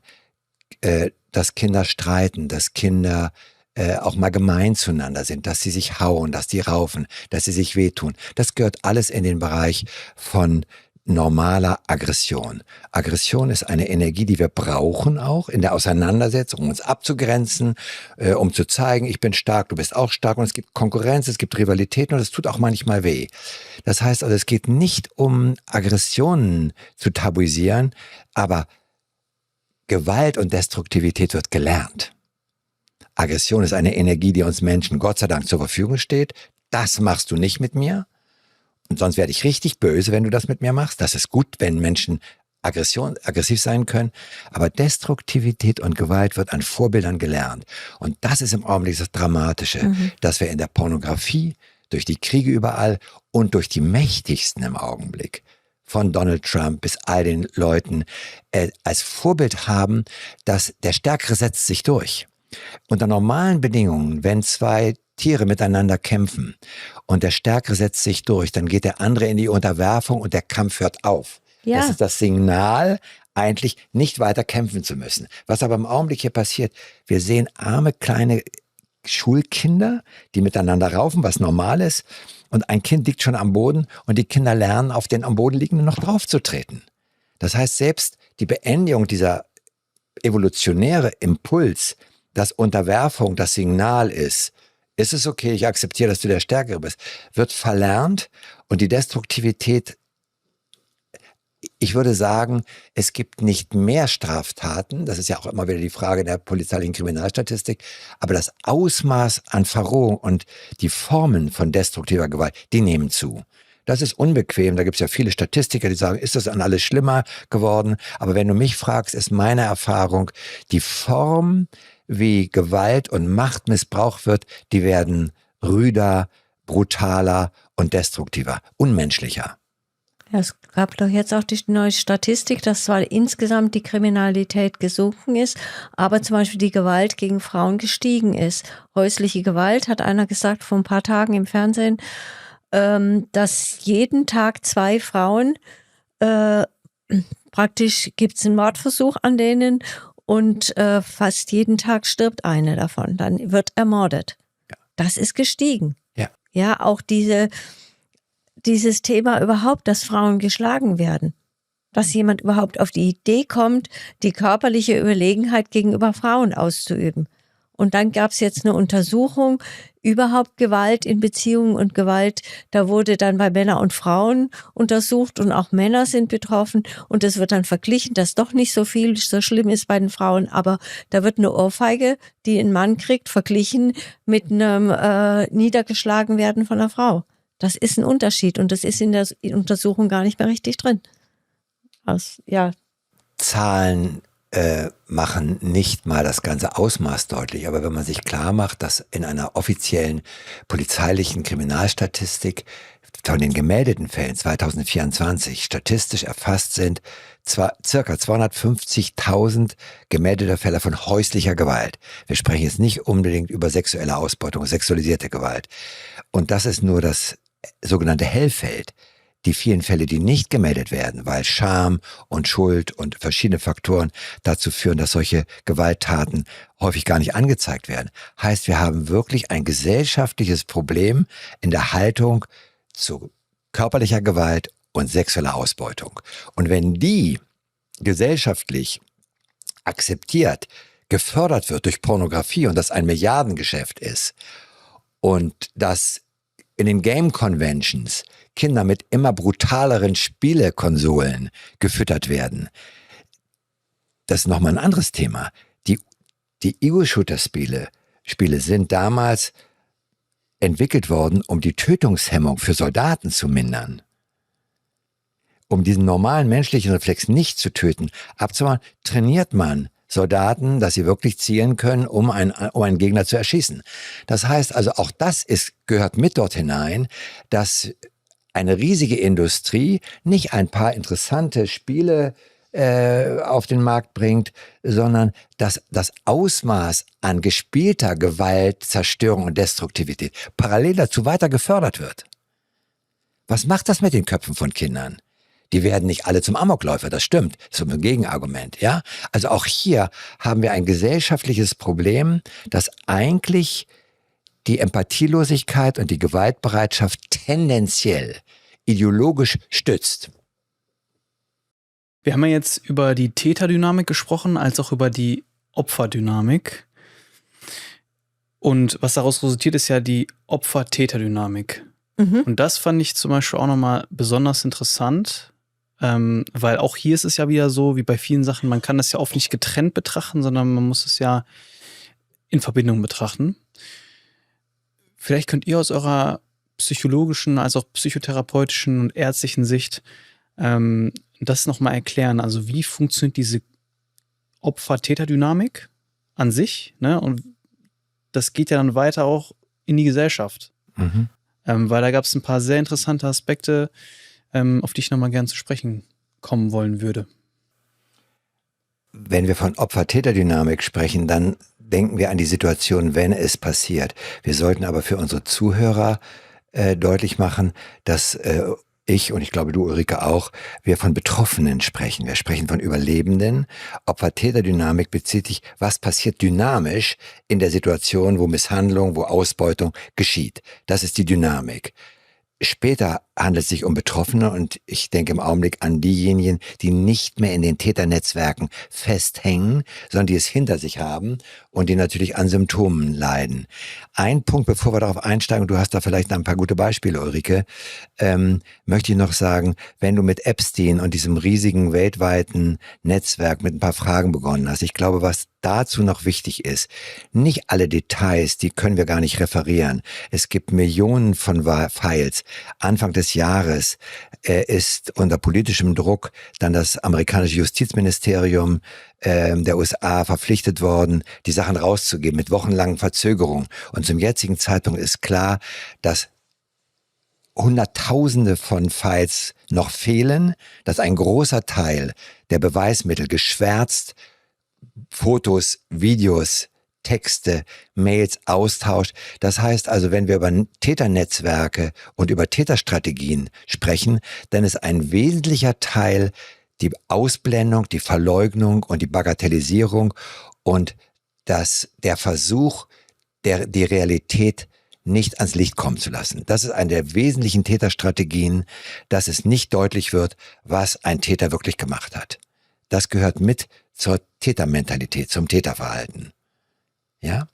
Verleugnung, Ausblendung, Lüge, Manipulation und so weiter und so fort. Und das hier in großem politischen Stil. Weil es sind namhafte Menschen, können wir alle nachlesen, will ich gar nicht alle aufführen, die da alle jetzt im Augenblick verstrickt sind. Und Verleugnung ist ein ganz einfaches Beispiel. Wenn wir an den Skandal damals von Clinton und seiner Praktikantin Monika Lewinsky denken. Eine sehr einfache Form von Verleugnung ist, das war gar kein Sex. Was ist da passiert, Lutz? Ja, Herr Clinton, damals in der Rolle als des Präsidenten, hat sich in seinem Dienstbüro von seiner Praktikantin unter seinem Schreibtisch oral stimulieren lassen. Sich einblasen lassen, heißt das vulgär. So. Und als das aufgedeckt worden ist und so weiter, ist eine Verleugnungsstrategie, wir hatten gar keinen Sex. Ich nenne das Clintonisierung. Das ist die Clintonisierung. Was ist das? Ja, und vermeintlich hat die junge Frau Lewinsky das gerne getan, unterm Schreibtisch, während Herr Clinton mit den wichtigsten Menschen der Welt wichtige politische Entscheidungen am Telefon bespricht. Was weiß ich, was der da gemacht hat, ich war nicht dabei. Und das ist dann kein Sex. Sie ist eine abhängige Praktikantin gewesen. Wir sprechen also von sexuellen Handlungen an Abhängigen und von Machtmissbrauch. Und das ist etwas, was wirklich strukturell verleugnet wird. Und das ist das Wesentliche für mich an den Epstein-Files, dass es jetzt eine große Welle von Tabuisierung, Verleugnung, Lüge und so weiter gibt. Und die Aufdeckung, viele engagierte, investigative Journalisten sind dabei. Und auch, dass Epstein in seiner Zelle tot aufgefunden worden ist. Ich meine, ich kann das nicht beweisen, es gibt keine juristische Beweise, aber es spricht alles dafür, dass in dem größten Hochsicherheitstrakt ein vorbestrafter Sexualstraftäter, der zum zweiten Mal dann endlich in Haft kommt, dass der in dem Hochsicherheitstrakt tot in der Zelle aufgefunden wird. Und zwar, an diesem Tag ist sein Zellennachbar aus der Zelle entfernt worden, die Beobachtungskameras waren defekt und die Wächter waren alle nicht da. Oder haben geschlafen. Ja. Das heißt also, das ist jetzt kein juristischer Beweis. Aber diese Fakten sprechen doch dafür, dass möglicherweise es hier nicht um einen Suizid geht, sondern um die Beseitigung des Hauptzeugen, der dieses weltweite Netz organisiert hat. Das ist natürlich juristisch betrachtet ohne Beweis erstmal eine Hypothese, das steht mir nicht zu, aber es ist trotzdem eine der vielen Machenschaften, wie Täternetzwerke dann versuchen, die Wahrheit nicht ans Licht kommen zu lassen. Und es stützen sich ja gerade auch alle auf Epstein, ne? Oder auch in den letzten Wochen und Monaten. Aber was passiert denn, wenn ein CEO die Firma verlässt? Der nächste CEO kommt. Das heißt, das habe ich auch in verschiedenen Medien gehört. Und das ist für mich komplett einleuchtend. Das ist ja eine, wenn man das so sehen will, eine Unternehmung. Das ist ein Netzwerk, da sind verschiedene Unternehmen. Sagen wir jetzt mal, der Epstein hat eines dieser Unternehmen geführt oder das Unternehmen geführt. Jetzt denken die Leute, gut, der ist nicht mehr da. Ja, was wird denn jetzt passieren? Jetzt kommt der nächste Epstein. Ja, ist doch logisch. Also, wenn nicht die Grundlage dafür aufgeräumt würde. Richtig. Und wenn man sich allein schon diese Vernetzung, diese Verstrickung mit der Justiz anschaut, zum Beispiel, er wurde ja 2006, glaube ich, angeklagt, wegen 36 Fällen. Dann steht also alles in diesen Nachrichten darüber, oder schreibt auch die eine Betroffene in ihrem Buch, dann wird er nachher wegen einer einzigen Minderjährigen verurteilt. Also das heißt, alle anderen Fälle fallen weg und es steht drin, dass wohl jemand irgendwie aus dem Staatsbereich gesagt hat, das ist ein wichtiger Mann, geht da mal vorsichtig mit um. Dann wird er zwar verurteilt, aber er hat Ausgang, er ist Freigänger. Das heißt, er kann tagsüber gehen, wohin er möchte. Und das heißt, er kann seine ganzen Missbrauchstaten weitermachen. Und wenn jetzt du irgendwo hier was klaust oder so, dann guckst du dich aber dumm um und da hast du keinen Freigang und kannst nicht einfach tun und lassen, was du möchtest. Also das heißt, auch die Justiz ist ein Instrument, die mit in diesen Netzwerken mitbenutzt wird. Und die gehören dazu. Endlich ist es soweit. Ich gehe mit Mindseed auf Live-Podcast-Tour. Dieses Jahr wage ich den Schritt aus dem gewohnten Studio direkt zu euch auf die Bühne. Ich freue mich riesig drauf, dieses Herzensprojekt gemeinsam mit wunderbaren Gästen wie Dr. Jan-Uwe Rogge, Verena König, Dr. Britta Papay und Lutz Ulrich Besser live zu moderieren. Ihr werdet als Community fester Bestandteil der Show. Ihr könnt euch aktiv am Gespräch beteiligen und wenn ihr mögt, sogar selbst zu uns auf die Bühne kommen. Euch erwartet also kein klassischer Frontalauftritt, sondern ein gemeinsames Erlebnis auf Augenhöhe mit Raum für echten Austausch, auch über die Show hinaus. Ich kann es kaum erwarten, euch persönlich in Berlin, Hamburg, Stuttgart und Düsseldorf zu sehen. Ihr sichert euch eure Plätze. Den Link zu den günstigsten Tickets findet ihr direkt in den Shownotes oder auf meinen Social-Media-Kanälen. Ich freue mich auf euch. Und das Problem ist ja, wenn man das hört, als ich das jetzt zum ersten Mal wieder gehört habe mit Epstein. Also ich hatte mir schon damals mal die Doku angeschaut. Ich habe tatsächlich aufgehört zu schauen, weil ich das so schlimm fand. Ja. Was da auch, also das war einfach schlimm für mich. Ich habe da die ersten paar Folgen geschaut. Da ist ja so eine Netflix-Serie. Und dann habe ich aufgehört. Und jetzt kam das Thema ja nochmal hoch. Und dann jetzt nochmal mit viel mehr Files, obwohl immer noch viele fehlen. Und was das in mir ausgelöst hat, war, weil du dann auf einmal gehört hast, wer alles involviert war. Das ist ja das Krasse jetzt gewesen, ne? Dass ganz viele mächtige Menschen, teilweise auch deren Technologien wir tagtäglich nutzen, ja, die das erfunden haben, ja? Mhm. Also, dass diese Menschen alle oder viele von denen mit dabei waren und dass diese jetzt ja auch überhaupt nicht belangt werden, weil die viel zu viel Macht haben. Ja, genau. Weil die ihre Finger überall drin haben. Teilweise, soweit ich das gehört habe, ne, zum Beispiel Trump, Bill Gates und so weiter und so fort. Ja, also die mächtigsten Männer.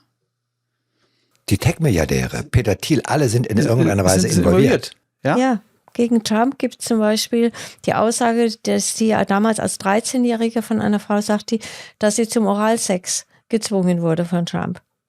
Ja, was macht Trump? Was wird ihm vorgeworfen? Was wird weiterhin nicht weiterverfolgt? Gar nichts. Der kann einfach Präsident von Amerika sein, kann seine Kriege anfangen und so weiter und führen.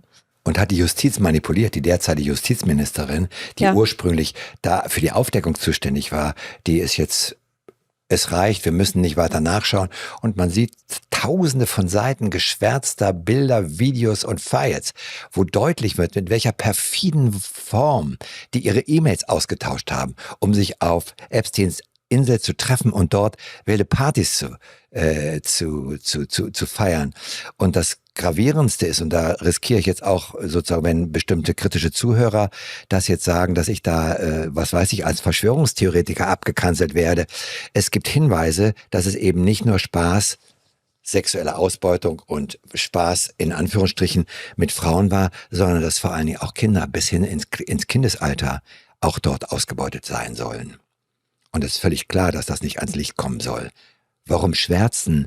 Warum wird im Justizministerium werden so viele Sachen geschwärzt, obwohl versprochen worden ist, wir decken das alles auf.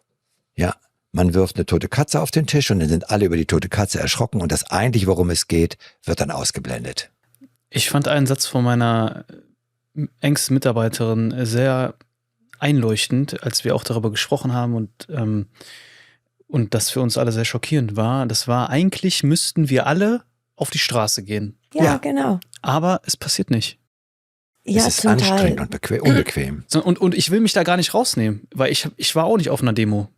Aber Ulrike? Ne? Ich schon. Du warst auf einer Demo, ja. Wunderbar, wirklich. Also herzlichen Glückwunsch, weil und das ist das Problem.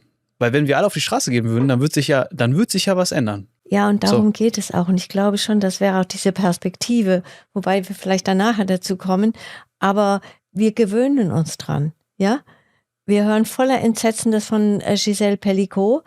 Und gleichzeitig ist in Deutschland auch sowas gelaufen. Ja, das haben, glaube ich, Stern-Redakteurinnen aufgedeckt, dass es ein Netzwerk gibt, motherless.com heißt es.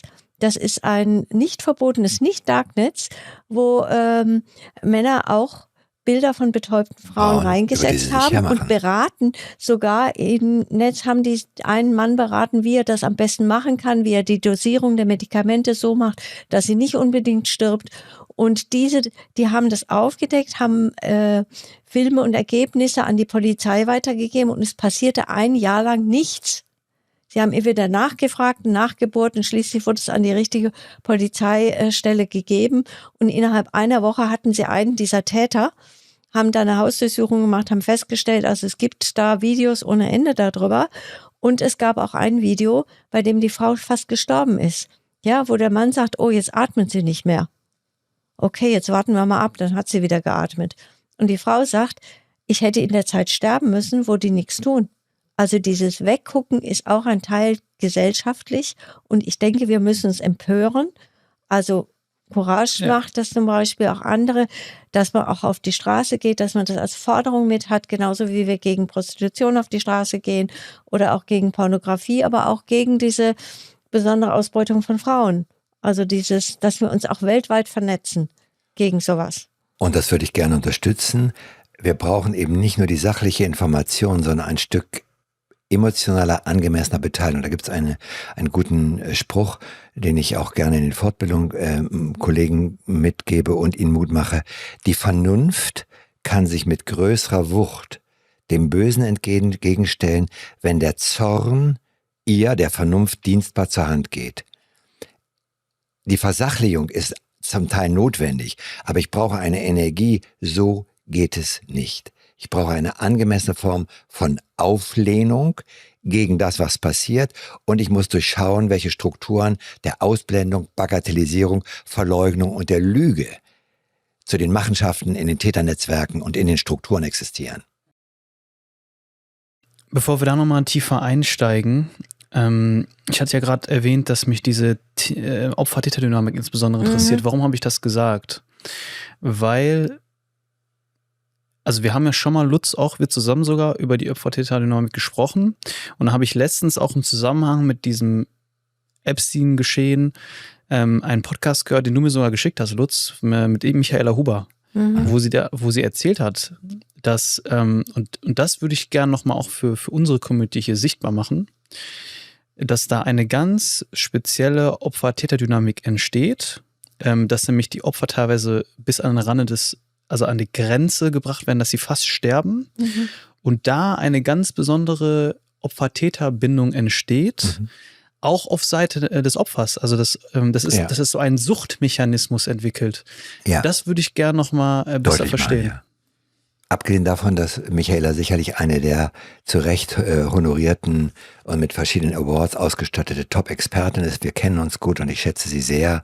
Sie hat viel dazu beigetragen, dieses tabuisierte Thema immer wieder in den verschiedenen Formen auch in unsere Expertenkreise hineinzutragen. Aber zu deiner Frage, wenn Menschen in Not sind, gibt es zum Überleben ja das allen bekannte Muster: weg oder kämpfen, Flucht oder Kampf. Aber bevor diese beiden Überlebensstrategien aktiviert werden in uns, weil wir sind ausgerichtet aufs Überleben, springt ein System an, das nennt man das Bindungssystem. Das heißt also, wenn ich in Not bin, wird intuitiv aktiviert, ist jemand in meiner Nähe, der mich schützen, retten, trösten, bei mir sein kann. Im Sinne der Regulation dieser Todesangst, die ich vielleicht habe. Wenn aber niemand anders da ist als der Opfer, kann dieses aktivierte als der Täter, danke, ich habe mich versprochen. Wenn niemand anders da ist für das betroffene Opfer als der Täter, wendet sich die Psyche, könnte man sagen, mit diesem Bindungswunsch an den Täter. Bevor ich niemanden habe, ist die Anwesenheit des Täters, psychologisch gesprochen, besser als niemanden zu haben. Das heißt, bevor ich Mutterseelen allein untergehe, halte ich mich am Täter fest. Das hat ein berühmter progressiver Analytiker, schon 1933 sehr, sehr deutlich gemacht. Das ist Sandor Ferenczi, der in seinem berühmten Aufsatz Sprachverwirrung zwischen dem Erwachsenen und dem Kind Folgendes der damaligen analytischen Gemeinschaft mitteilt. Das eine ist, was er sagt, wir müssen uns überlegen, wir müssen die Realität unserer Klienten anschauen. Was haben sie erlebt? Und nicht, was ist mit ihnen los? Und Kinder, die sexuellen Angriffen ausgeliefert waren, beschreibt er sinngemäß, ich kann es fast wörtlich zitieren, folgendermaßen. Er schreibt, diese Kinder, ihr erstes Benehmen und Fühlen wäre, nein, nein, nein, lass mich, tu mir das bitte nicht an, das ist mir zu stark, das tut mir weh, ich habe Angst, nein, nein, nein. Dies oder Ähnliches wäre ihre erste Reaktion. Wäre diese Reaktion nicht durch eine ungeheure Angst gelähmt, die Angst vor der Übermacht des Erwachsenen, lässt diese persönliche Seite verstummen und sich ganz mit den Wünschen und den Aggressionen des Täters identifizieren. Und auf dem Höhepunkt der Angst sich dabei selbst ganz vergessend zu dissoziieren, ich bin gar nicht mehr im Bewusstsein, sich den Erwartungen und Wünschen des Täters ganz zu unterwerfen. Und im Zustand dieser Trance, dieser Dissoziation, kann dann der Täter halluzinatorisch, schreibt Ferenczi damals, also in der Fantasie, gemodelt werden, verändert werden. Und was passiert dann innerlich? Das Kind idealisiert, das nennt man auch Stockholm-Syndrom, idealisiert den Täter, um der Realität irgendwie etwas entgegenzusetzen. Das Kind kann nicht erfassen, dass Mama, Papa oder ein vertrauter Mensch mir so etwas antut. Und das, was der Täter allerdings tut, kann das Gehirn nicht merken. Das wird nach innen genommen. Das heißt, es ist die innere Spaltung zwischen dem guten Objekt, das nach außen projiziert wird. Mama und Papa haben mich oder der Täter meint es doch vielleicht ganz gut mit mir. Und das Destruktive des Täters ist jetzt in mir. Da sprechen wir von Täterintrojekten. Diese Spaltung ist ein Teil der inneren Täter-Opfer-Dynamik. Das heißt, jetzt kann ich die Illusion haben, auch Frauen aus dem Frauenhaus erzählen mir das. Eigentlich ist er ganz lieb, nur wenn er getrunken hat. Naja, dass er dann mich grün und blau geschlagen hat, ist bestimmt nicht gut. Aber wenn ich mir ganz viel Mühe gebe, auch wenn ich schon zum zweiten Mal im Frauenhaus war, dann wird alles gut. Ich muss nur mich besser verhalten, um das nicht auszuhalten. Das heißt, die Unterwerfung und die Anpassung an den Täter und die Idealisierung des Täters sind intrapsychische Überlebensmechanismen. Das kennt man seit dem Stockholm-Syndrom. Und auch Jan-Philipp Reemtsma, der ja Entführungsopfer vor über 25 Jahren war, hat in seinem Buch Im Keller das ja beschrieben. Er hat gesagt, 3 eigenartige psychische Reaktionen habe er bei sich damals beobachtet. Schuldgefühle, in diese Lage gekommen zu sein. Er ist auf dem Weg von seinem Bürohaus ins Wohnhaus, ist übrigens verfilmt worden vor einiger Zeit, die Geschichte von Jan-Philipp Reemtsma. Also Schuldgefühl, in diese Lage gekommen zu sein, auf dem Weg von seinem Bürohaus ins Wohnhaus, überfallen worden zu sein. Und dann sagt er, was ihn besonders an ihm selbst überrascht habe damals, war Dankbarkeit wider Willen, wenn die Täter nur eine menschliche Regung gezeigt haben. Und das Dritte, was er sagt, ist, der Keller, das, was da passiert ist, wird in meinem Leben bleiben. Aber die mir darin aufgezwungene Intimität, der ist nicht gefoltert worden, er wusste nur 30 Tage lang nicht, wird er umgebracht oder nicht. Die mir darin aufgezwungene Intimität, die muss aus meinem Leben wieder raus. Und Intimität aufzuheben ist die Veröffentlichung. Deshalb ist das so wertvoll, was jetzt Gisèle Bellico gemacht hat. Wir brauchen eine Öffentlichkeit für das, was dort passiert, um es zu bewältigen. Und das ist ein sehr, sehr kluger Mensch.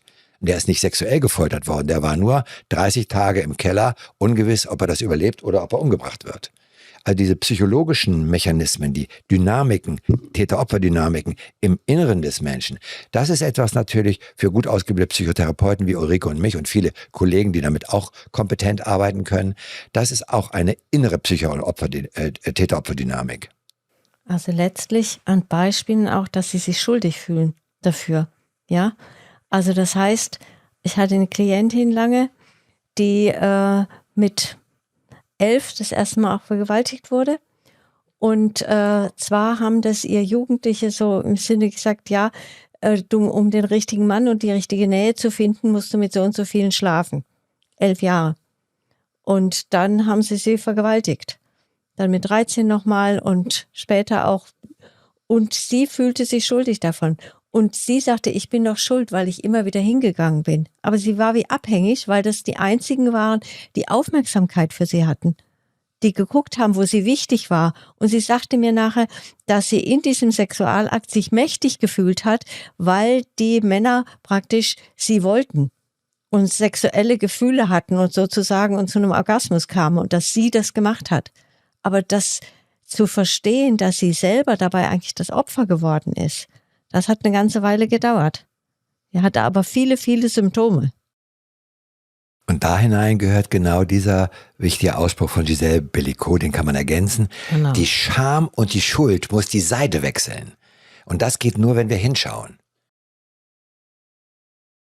Und in diesem Podcast, den du mir geschickt hattest, da wurde ja auch davon gesprochen, dass es da so eine ganz bestimmte Energie gibt. Und die Täter, die gehen ja sehr strategisch vor teilweise. Ja. Und die bringen die Leute an die Grenze des Todes. Ja. Was ist das für eine Energie und warum machen die das? In der Nähe, wenn mein Leben auf der Kippe steht, dann schüttet das Gehirn, der Organismus, aktiviert das körpereigene Opiatsystem. Das sind Endorphine und Enkephaline. Das heißt, der Tod verliert einen Moment den Schrecken und ich gerate in einen benebelten Trancezustand, der die eigentliche Nähe des Todes oder des beinahe Sterbens sozusagen erträglicher macht, könnte man vereinfacht sagen. In dieser Phase gibt es dieses Out-of-Body-Experience. Ich spüre gar nicht mehr das Leid, was angesichts der Not, angesichts des nahenden Todes durch eine schreckliche Misshandlung, durch irgendwas Schreckliches, sondern ich bin wie mein eigener Beobachter. Es ist ein dissoziativer Vorgang, sein eigener Beobachter zu werden. Der ist relativ emotionslos. Aber das Gehirn kann nicht merken. Es speichert trotzdem ab, was der Täter mit mir gemacht hat oder macht gerade. Und das bleibt jetzt isoliert in diesem hochdissoziativen Zustand in mir als sogenanntes Täterintrojekt. Die Abbildung des Täterverhaltens in mir, während das, was das Opfer an Angst und Schrecken und Schmerz und Verzweiflung und Entsetzen, körperlicher Schmerz und so weiter erlebt hat, wird auch ein Stück vom Bewusstsein getrennt. Und dann habe ich eine Trennung zwischen Opferaspekten und Täteraspekten. Die befinden sich beide mehr oder weniger isoliert als unterschiedliche Bewusstseinszustände in meinem Gehirn. Und da sind wir bei der Dynamik von hochdissoziativen Überlebenskünstlern. Nämlich, wenn wir jetzt über die ehemaligen Opfer, über die Betroffenen sprechen wollen. Wie siehst du das, Ulrike? Ja, auch so. Gerade diese junge Frau berichtet dann, dass sie ja immer wieder hingegangen ist und dass sie eigentlich, die hatte dann einen Freund, aber sie sagt, diese Sexualität reicht ihr gar nicht. Da hat sie nicht dieses Hochgefühl, diesen Kick. Mhm. Und gleichzeitig beschreibt sie auch genau dieses Dissoziative dann, sich von außen zuzugucken, von der Zimmerdecke da oben zuzuschauen, was ihr passiert. Ist das noch nachvollziehbar? Ja, also das erinnert mich an so ein paar Sachen. Das gibt mir nicht den Kick. Ja, genau. Das habe ich schon öfter gehört und zwar aus von verschiedenen Personen. Da scheint echt was dran zu sein, dass diese sehr extremen Erfahrungen in irgendeiner Form dann wirklich auch süchtig machen. Also jetzt ein bisschen ein anderer Blickwinkel, ne? Weg von diesen extrem schweren, schlimmen Misshandlungen hin zur aktuellen Welt, wo wir auch leben mit den Medien. Ich habe schon öfter gehört, dass vor allen Dingen, wenn Pornos konsumiert werden, es irgendwann in so eine Richtung geht, dass es immer gewalttätiger werden muss. Genau, damit der Kick größer ist. Genau, damit der Kick überhaupt noch kommt. Und ich habe auch selber schon persönlich von Frauen gehört, mit denen ich intim war, die zu mir gesagt haben, also ich habe wirklich diesen Satz mal gehört und der hat mich wirklich schockiert. Ich möchte, dass du mich wie eine Hure behandelst. Ja. Das wurde mir gesagt. Das hat mich so schockiert. Also ich konnte das nicht. Ich kann das nicht. Sei froh. Ja, also es gibt ja Männer, die wollen das auch, ne? Und die können das auch und die mögen diese Machtposition und so weiter und so fort. Und das ist, finde ich, das Schlimme. Also das ist, finde ich, das Schlimme, dass dann, dass erstmal, ne, dass irgendwas passiert ist, dass das ja erstmal dazu führt, dass man so eine Erfahrung macht, in irgendeiner Form, aber dass das dann auch wieder gesucht wird. Ja. Und das hält ja dann auch diese ganzen Systeme aufrecht. Also natürlich ist da der Täter, ne? Das will ich überhaupt nicht verleugnen. Aber da ist noch eine andere Dynamik, da ist noch eine andere Seite, die das dann auch unbewusst wieder sucht. Ja, und dann gibt es eben Menschen wie Maxwell, die dann letztlich zur Täterin wird, wie auch immer sie angefangen hat, habe ich keine Ahnung, aber die letztlich Teil auch dieser Machtgeschichte wird. Und es gibt auch diese Madams, die das dann auch, diese Macht ausüben, die andere Seite dann bedienen, auf die Täterseite gehen. Neue Opfer den Tätern zuführen. Das, was für uneingeweihte Zuhörer sicherlich schwierig ist, hier geht es nicht um den Aspekt von Freiwilligkeit. Ich habe Lust, heftigen Sex zu erleben, und es muss ja nicht nur immer alles ganz liebevoll und sanft zugehen, das ist Geschmackssache. Wir sprechen aber hier nicht über verschiedene Spielarten von Erotik und Sexualität, sondern wir sprechen von den Effekten und den Symptomentstehungen von Gewalt. Das ist ein Unterschied. Es steht Paaren frei, ob sie Lust haben, SM-Spielchen zu machen. Wenn ihnen das gefällt, möge jeder die Freiheit haben, etwas zu tun, was beide einvernehmlich zur Erregung und zur Lustgewinnung machen. Wir sprechen wirklich von den Effekten, die erlittene Gewalt auslösen können. Und das ist was ganz anderes. Ja. Das Unterwerfen, dieses Benutztwerden, tu mir weh. Ich habe auch mit Menschen gearbeitet, die das dann irgendwann auch zum Teil unter Schamgefühlen mir anvertraut haben.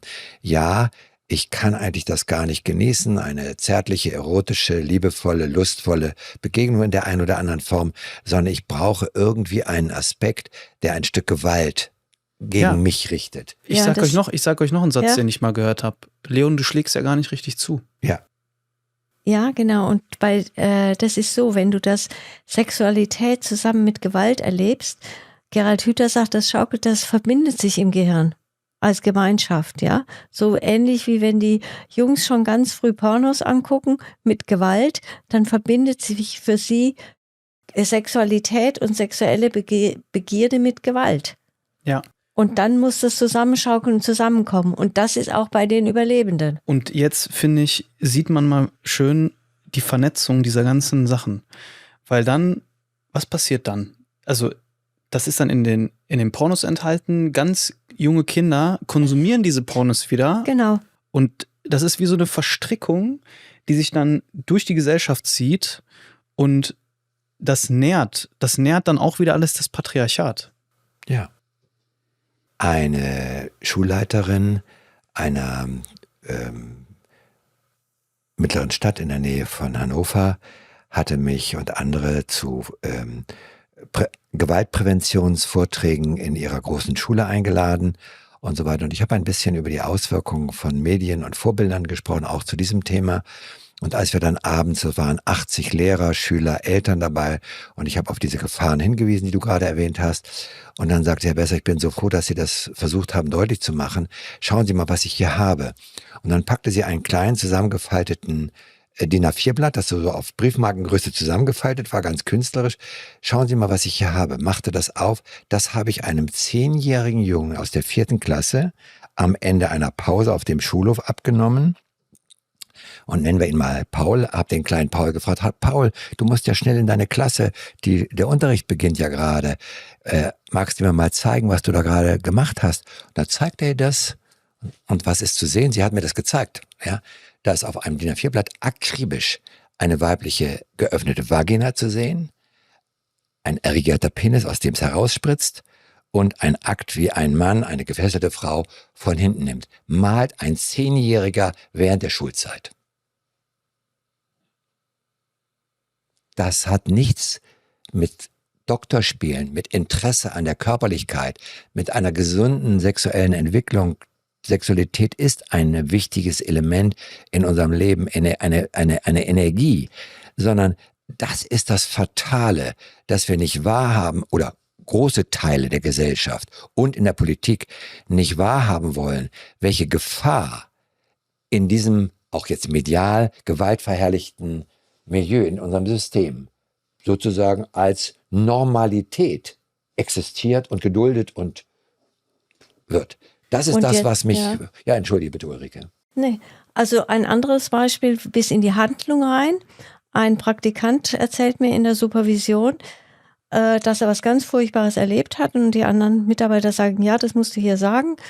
Und zwar ein Junge, 5 Jahre alt, hat sich eingekotet und der Praktikant ist mit dem zum Duschen gegangen, war alles wunderbar, hat dem danach dann das Handtuch umgewickelt und dann geht der kleine Junge an den Gürtel des Mannes, des Praktikanten und will diesen Gürtel aufmachen. Und der Praktikant, ein sehr gesunder, netter junger Mann, kriegt einen totalen Schreck, rennt raus und sagt zu der Erzieherin, du musst das übernehmen, ich kann das nicht. Mhm. Und die Grundlage war dann unser Verdacht, sexuelle Gewalt zu Hause. Und diese Situation war für ihn, okay, er ist nackt, jetzt geht's halt los wie üblich. Und dann handelt er einfach von sich aus. Weil das ist für ihn schon eingeübt. Und gehört zum Leben. Was denkt ihr, wir haben jetzt ja viel über Täterstrukturen gesprochen, wir haben über Opfer- und Täterdynamiken gesprochen, wir haben über politische Verstrickungen gesprochen. Wenn wir das jetzt nochmal so zusammenfassen, bevor wir dann nochmal so reingehen in das, was wir tun können als Gesellschaft, als Individuum, was ist der Ursprung dieser, ich nenne das jetzt mal Verschmutzung, wir waren ja vorhin bei diesem Bild von dem Meer, was ist der Ursprung? Also was ist die Wurzel von all dem? Ganz schwierige Frage. Es gibt in uns Menschen die Möglichkeit, Böses zu tun. Die ist aber nicht angeboren, sondern es ist eine Möglichkeit. Wir sind mit einem so differenzierten Gehirn ausgestattet, das in der Lage ist, kreativ, liebevoll. Kinder kommen auf die Welt mit dem Bedürfnis nach Geborgenheit, nach Sicherheit, nach Zuwendung, nach Unterstützung und so weiter und so fort. Aber unser Gehirn kriegt auch alles, was an destruktiven Möglichkeiten existieren, bekommt es mit. Und ich glaube, dass diese Dinge gebahnt werden. Auch wenn es immer wieder Diskussionen gibt, gibt es genetische Dispositionen im Gehirn, die sozusagen eine Prädisposition für Psychopathie zum Beispiel.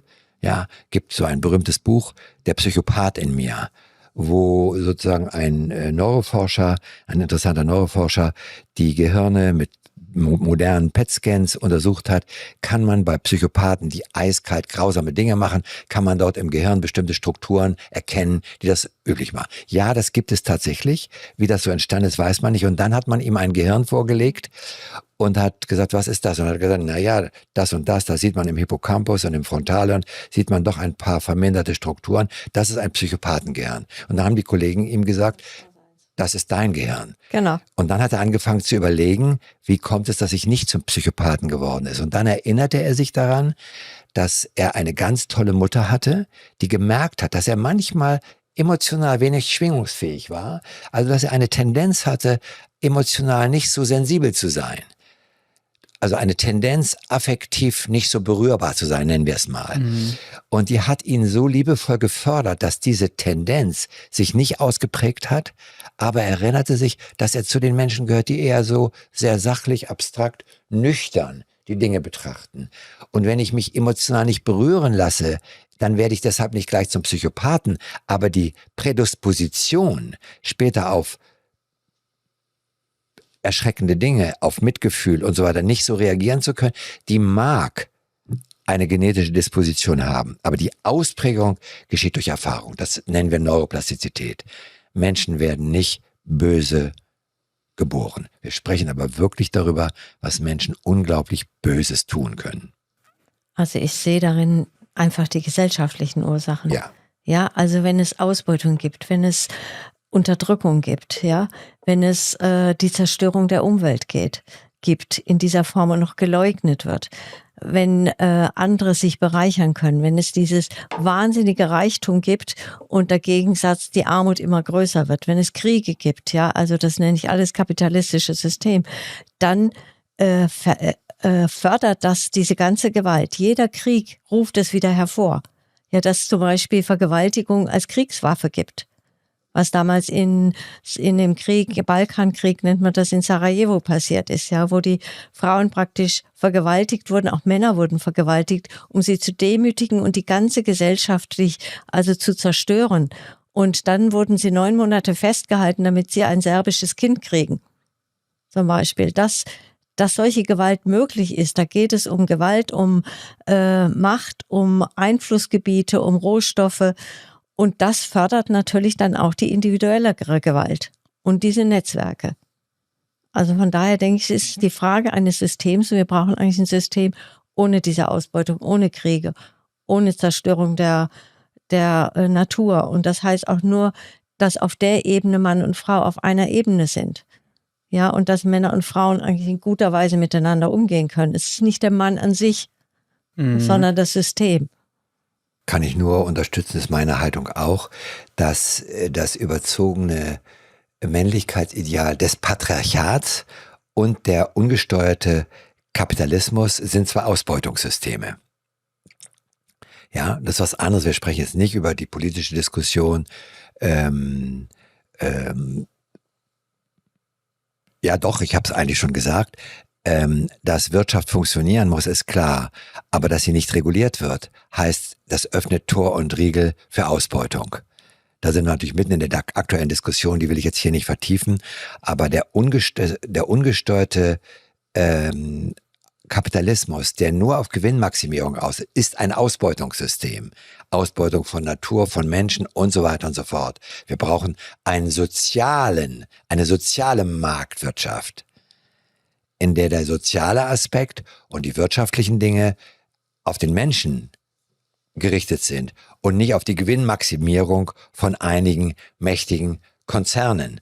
Und das Patriarchat ist auch die Überspitzung von Privilegien für uns Männer.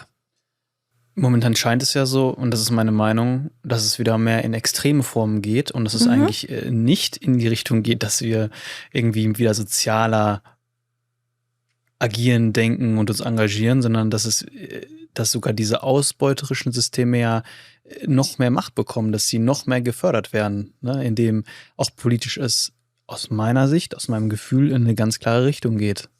Also ich glaube, es gibt so eine Polarisierung dabei. Also das heißt, zum einen gibt es diese Verstärkung, so wie ja auch faschistische Ideologie wieder da ist, wie durch die AfD zum Beispiel, und wo die Rolle der Frau ja noch minder ist.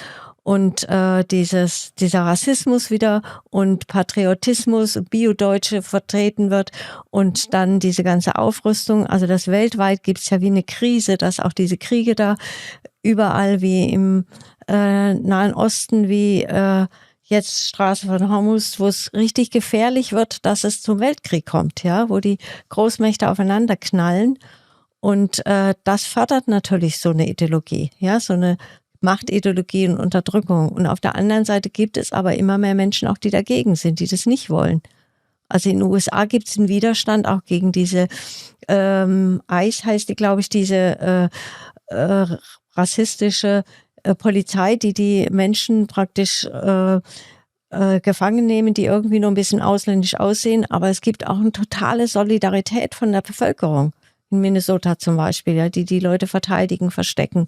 Und ich glaube, wir müssen diese Seite stärken.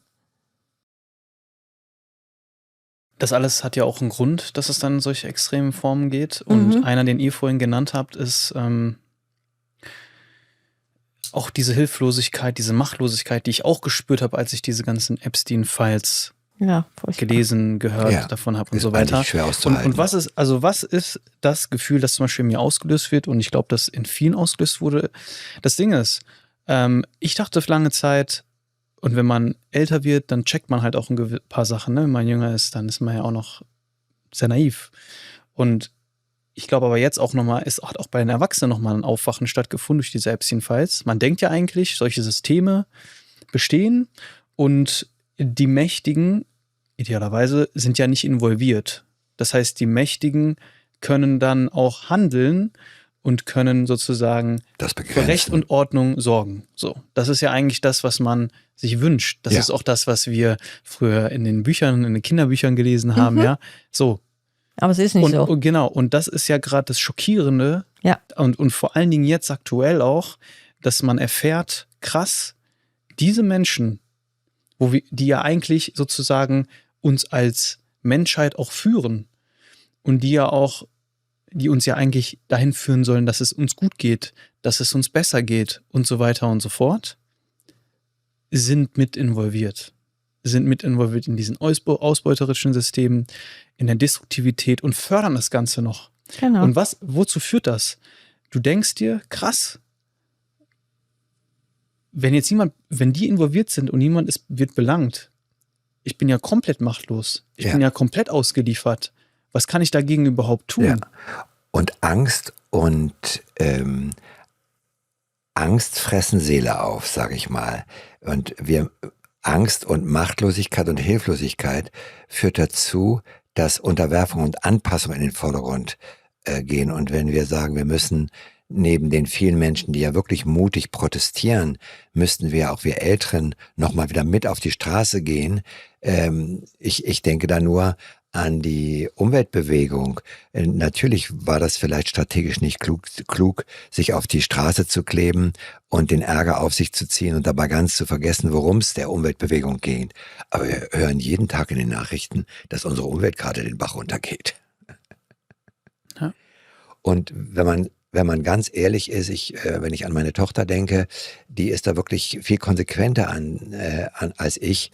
Wirklich, eigentlich ich schaffe das zum Teil schon, müsste ich mich auch vegan ernähren. Ich esse nur noch ganz wenig Fleisch, weil ich eigentlich weiß, was mit der Tierhaltung passiert. Das heißt also, die Disziplin aufzubringen für jeden von uns, dysfunktionale, destruktive Dinge nicht zu unterstützen und nicht zu tun, ist eine große Herausforderung für jeden Einzelnen. Ich muss so wach und so bewusst mir die Dinge machen, dass ich dann gucken kann, habe ich die Kraft, auf bestimmte Dinge, von denen ich weiß, dass sie nicht gut sind, zu verzichten, um diese Systeme nicht zu unterstützen. Und das ist, glaube ich, eine ganz große Herausforderung, uns zusammenzutun und immer wieder zu überlegen, diejenigen, die schon protestieren, die schon auf die Straße gehen, wie eure wirklich wunderbare Organisation, sich daran zu beteiligen, nicht mitzumachen, die Stimme zu erheben. Nein, das ist nicht okay. Das ist eine große Herausforderung für jeden von uns an kleinen Stellen. Ja, und auch, das hört sich jetzt vielleicht komisch an, aber diese Machtlosigkeit auch ein bisschen zu akzeptieren. Du hast halt nicht die Macht, die ganze Welt zu ändern als Individuum. Nein, haben wir nicht. Aber du hast die Macht, in deinem Umfeld zu wirken, in deinem Wirkungskreis. Wenn in deinem Kreis, in deinem Umfeld jemand eine Meinung vertritt, die aus deiner Sicht destruktiv ist, dann spreche es an. Dann schweige nicht. Ne? Oder ich jetzt zum Beispiel, was ist meine Möglichkeit? Meine Möglichkeit ist, in diesem Podcast über diese Themen zu sprechen. Genau. Deswegen, ist gut. ne?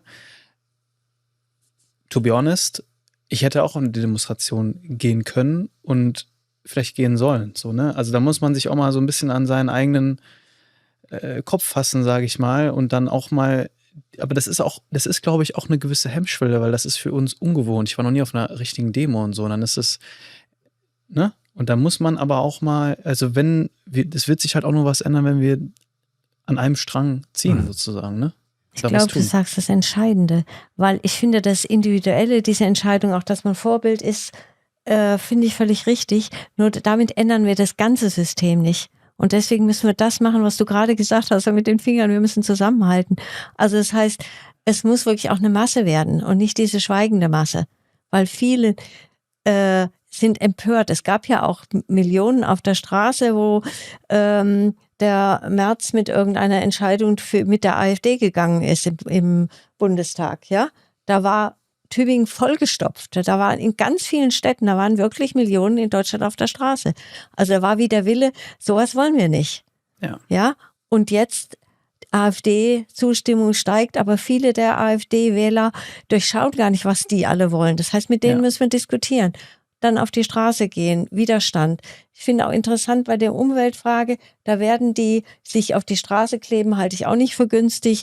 Aber die werden verurteilt. Die werden verurteilt. Ja, aber die den Dreck machen, die dürfen den weitermachen, wie die Großindustrie. Also das heißt, das ist alles wie verdreht und wir können von diesen Mächtigen nichts Positives erwarten. Und Sondern es wir ist müssen es machen. anstrengend, da hinzuschauen und sich selbst an die eigene Nase zu fassen, wo bin ich auch nicht konsequent genug. Und das, was unsere Zuhörer, wenn sie Betroffene sind, von solchen Erfahrungen, über die wir gesprochen haben, was zum Überleben beigetragen hat, obwohl sie unter vielen Beeinträchtigungen und Symptomen leiden, das möchte ich nicht unterschlagen, obwohl das heute nicht unser Hauptfokus war, ist die Abspaltung vom Bewusstsein. Dissoziation, ein großes Wort in der Diskussion, in der Fachwelt auch. Was ist das eigentlich? Es ist nichts anderes als Abspaltung vom Bewusstsein. Wenn die Realität eigentlich unerträglich ist, dann ist einer der letzten Mechanismen, die uns Menschen zur Verfügung steht, Abspaltung vom Bewusstsein. Nicht wahrnehmen, was ist. Für die betroffenen Überlebenden ist es die letzte Möglichkeit, der unerträglichen Realität etwas entgegenzusetzen, es nicht im Bewusstsein zu halten, es vom Bewusstsein abzuspalten. Das darf aber nicht kollektiv in der Gesellschaft passieren. Genau. Das ist der Punkt. Als Überlebensmechanismus, die betroffenen Menschen, die sich uns anvertraut haben, die dann auch wirklich leiden an den Symptomen, die das macht. Sie sind bewundernswerte Überlebenskünstler. Ich bezeichne die Betroffenen auch wirklich nicht als Opfer. Sie waren Opfer und sie haben ihr Möglichstes getan, um irgendwie durchzukommen. Die Symptome, unter denen sie leiden, darf man nicht bagatellisieren. Aber dieser Abspaltungsmechanismus, diese Dissoziation, die darf nicht in der Gesellschaft und im großen Kontext, sondern da müssen wir die Kraft haben, hinzuschauen, um zumindest so gut es geht, ein Stück von der Ausbeutung, der Destruktivität, der Gewalt in diesen verschiedenen Ebenen in die Wahrnehmung zu holen. Abspaltung von der Wahrnehmung ist ein kollektiver Mechanismus. Wir machen eine ganz kleine Pause, in der ich euch einmal daran erinnern möchte, wenn ihr das Video hier auf YouTube schaut, einmal auf den Like-Button zu klicken und wenn ihr das Ganze auf Spotify anschaut oder anhört, uns bitte einmal eine Bewertung zu hinterlassen. Damit sorgst du dafür, dass weiterhin solche Gespräche führen können. Danke für eure Unterstützung und jetzt zurück zur Folge. Absolut. Und wenn man jetzt nochmal so einen Schritt weiter geht, also man wirkt in seinem Umfeld und dann kann es ja trotzdem passieren, dann passieren ja trotzdem schlimme Dinge. Ja. Und sich davon auch nicht entmutigen zu lassen. Ja. Und ich habe da sogar eine sehr gut. Ich würde sagen, ich habe da auch vielleicht eine extreme Perspektive. Aber ich denke mir auch manchmal müssen Sachen passieren, damit die Leute aufwachen. Ja. Und deswegen denke ich mir zum Beispiel auch, weil ich habe auch das Gefühl, also ganz ehrlich, ich habe das Gefühl, die AfD wird bald gewählt. Vielleicht muss es passieren. Vielleicht muss es passieren, damit die Leute aufwachen, weil die es anders nicht checken werden. Das hört sich jetzt krass an, ne? Das hört sich krass an, aber ich glaube, manchmal müssen Sachen passieren, damit sie nicht nochmal passieren. Ja, nur sind sie ja schon mal passiert. Wir haben schon den Faschismus hinter uns. Und wenn die AfD drankommt, es kann ganz schnell gehen. Wenn man sich 33 anguckt, wie schnell haben die Gesetze verändert? Wie schnell wurden praktisch die Kommunisten alle eingesperrt? Wie schnell die Gewerkschafter, die freie Presse verboten? Auch das, was Erdogan gemacht hat in der Türkei, können wir uns angucken, war genau das Gleiche. Ja, es wurden Leute auch von den Anwälten ermordet, die Kurden praktisch niedergebombt. Also das heißt, ich denke, wir müssten das schon vorher genug tun, damit das nicht passiert. Ja, aber ich rede so über den individuellen Einflussbereich, ne? Wenn du gehst wählen, du sorgst dafür, warum reden wir überhaupt gerade über die AfD, weil das ja, ne, das sind ja wir reden darüber, dass das Patriarchat und auch die damit zusammenhängende der Kapitalismus noch mehr gestärkt werden durch gewisse Ansichten, die in solchen extremen Formen stattfinden. So. Ja, die sind die Ursprungsvertreter davon, ja. Genau, richtig. Und also mein Punkt ist einfach, ich sage euch auch ehrlich, ich schaue nicht so viel Nachrichten, weil erstens weiß ich, wie die Medien funktionieren. Ich bin ja selber in den Medien. Es muss immer polarisiert werden. Negative Meldungen, die laufen besser. Das ist einfach psychologisch. Unser Gehirn reagiert halt auf Gefahr. So. Das heißt, was passiert da? Ne? Das wird gepusht. So. Und natürlich passiert das alles, aber ich versuche mich mal darauf zu konzentrieren, was ist in deinem Einflussbereich? Ne? Was ist in deinem Einflussbereich? Versuch dort zu wirken und mehr Einflussbereich hast du nicht. Und wenn es dann soweit kommt, dann, also das ist vielleicht auch ein Mechanismus von mir persönlich, dann so zu denken, nicht zu denken, oh Scheiße, jetzt alles vorbei, sondern vielleicht muss das jetzt gerade passieren. Vielleicht ist es ein Prozess, der gerade stattfindet, so wie wir auch individuell lernen als Menschen. Wir müssen Fehler machen, um daraus zu lernen. Wenn die Fehler natürlich so sind, dass es eine ganz schwierige, jetzt im Rahmen unseres Podcasts eine ganz schwierige Diskussion, wenn wir jetzt parteipolitische Themen auch mit hineinbringen. Aber wenn die AfD, sagen wir mal, symbolisch dafür steht, nicht nur unzufriedene Wähler, die viele soziale Ungerechtigkeiten zu Recht wahrnehmen und sich verführen lassen, dann geht es mir jetzt nicht darum, wie gut oder wie schlecht sind AfD-Politiker, sondern wir müssen erkennen, welche Ideologie dahinter steckt. Und das ist das Gefährliche.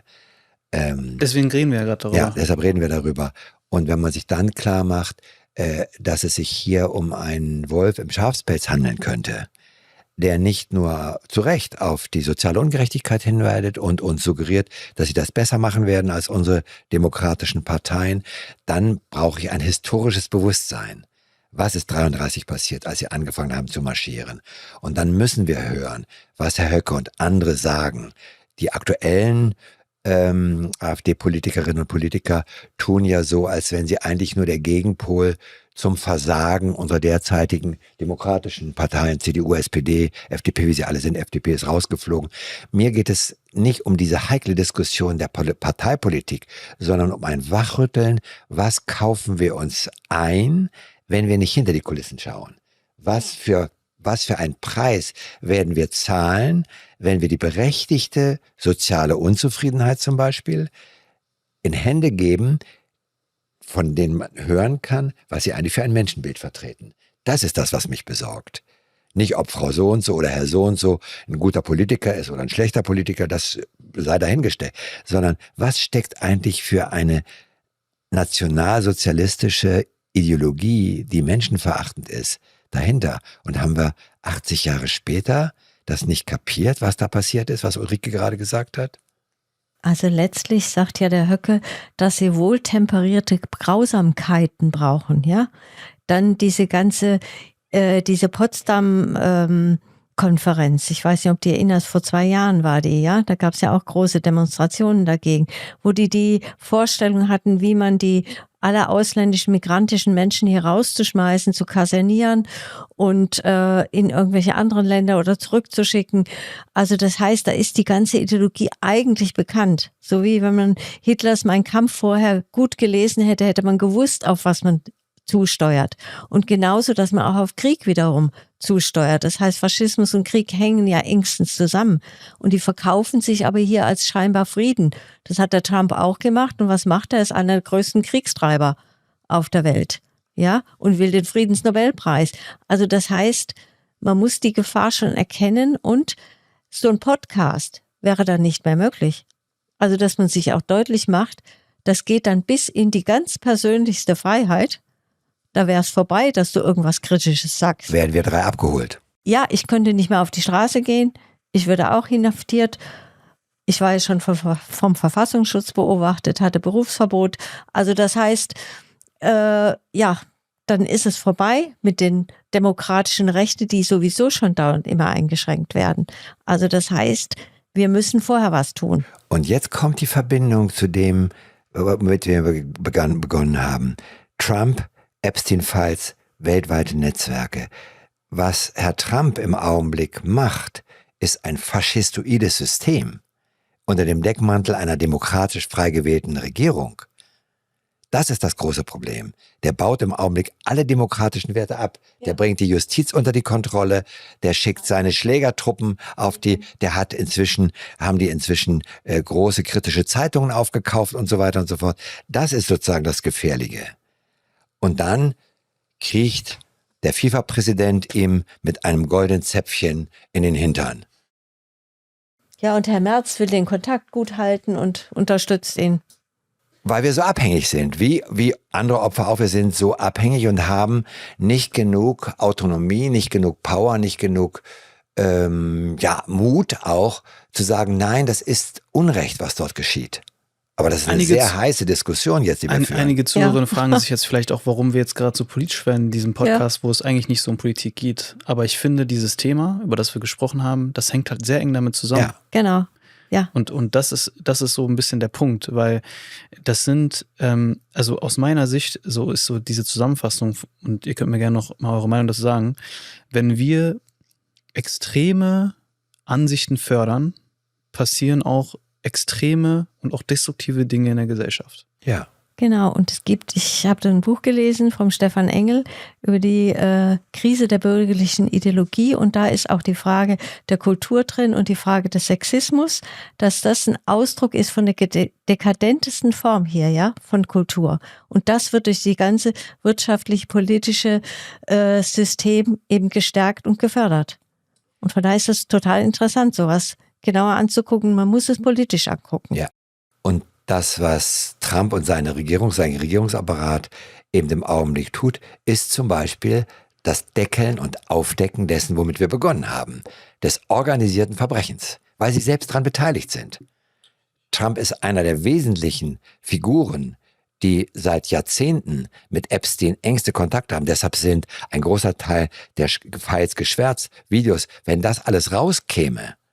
Ich meine, er ist gewählt worden, nachdem er 5-mal schon verurteilt worden ist. Ja, der ist ja ein Straftäter. Ist ein deklarierter Straftäter, ja. Und wir schlafen, oder die Justiz wird so manipuliert, dass er jetzt sozusagen Immunität genießt und fröhlich weitermachen kann. Das ist, glaube ich, etwas, was sehr unbequem ist und wir uns sehr schnell machtlos fühlen. Und ich glaube, es ist hier schon deutlich geworden, wir müssen den Mut haben, hinzuschauen. Es ist unbequem, es macht keinen Spaß. Wir wollen uns eigentlich mit schönen Dingen beschäftigen. Menschen wollen Frieden, Menschen wollen geliebt werden, Menschen wollen geachtet werden, Menschen brauchen soziale Sicherheit. All diese Dinge, die natürlich für viele Menschen am Wackeln sind. Ich meine, mir ist auch bewusst, wir diskutieren das aus einer privilegierten Position heraus. Mhm. Wie würde es mir gehen, wenn ich kaum noch meinen Alltag finanzieren könnte? Das vergesse ich nie, dass wir diese kritische Haltung uns leisten können, in Anführungsstrichen. Und ich habe ein großes Verständnis für diejenigen, die da nicht mehr den Mund aufmachen können, weil sie da gucken müssen, wie sie ihre Existenz gerade noch absichern. Und wir sind gut ausgebildete Ärzte und Psychologen, und du machst eine sehr gute Arbeit mit deinen wirklich guten und kritischen Podcasts. Das ist gut, es ist richtig, dass wir es tun. Aber ein großer Teil von Menschen ist wirklich in der Ohnmachtsfalle. Und dann haben Leute wie die AfD natürlich leicht, ihnen zu suggerieren, wir holen euch da raus. Das Gegenteil wird der Fall sein, wenn die dran kämen. Von daher hoffe ich, dass wir es vorher schaffen, ja, Menschen auch mit zu beeinflussen, mitzunehmen, mit auf die Straße zu gehen, mit zu protestieren. Ein Volk hat uns vorgemacht. Gerade eben vor wenigen Tagen. So wie damals in der damaligen DDR dieses System dann Gott sei Dank überwunden wurde und die Mauer fiel, so ist Orban gerade abgewählt worden. Ja, genau, zum Beispiel. Es geht, wenn wir den Mund aufmachen und sagen, Unrecht wollen wir nicht. Wir wollen keine Ausbeutung, wir wollen keine Gewalt, wir wollen keine soziale Ungerechtigkeit. Aber das wird ein mühsamer Kampf. Wir müssen ihn mutig, gelassen und ernsthaft führen und dürfen uns nichts vormachen lassen. Der perfekte Übergang zur letzten Frage, den wir nach Tradition hier im Podcast stellen. Die letzte Frage, die ihr einmal getrennt beantworten dürft. Wenn ihr jetzt einen Satz an die Menschen rausschicken könntet, den sie alle lesen werden, welcher wäre das? Menschen, die uns zuhören. Stell dir vor, Lutz, du kannst jetzt mit deinem Handy eine SMS schicken an alle Menschen. Und sehr viele Menschen werden diesen Satz lesen. Welcher Satz wäre das?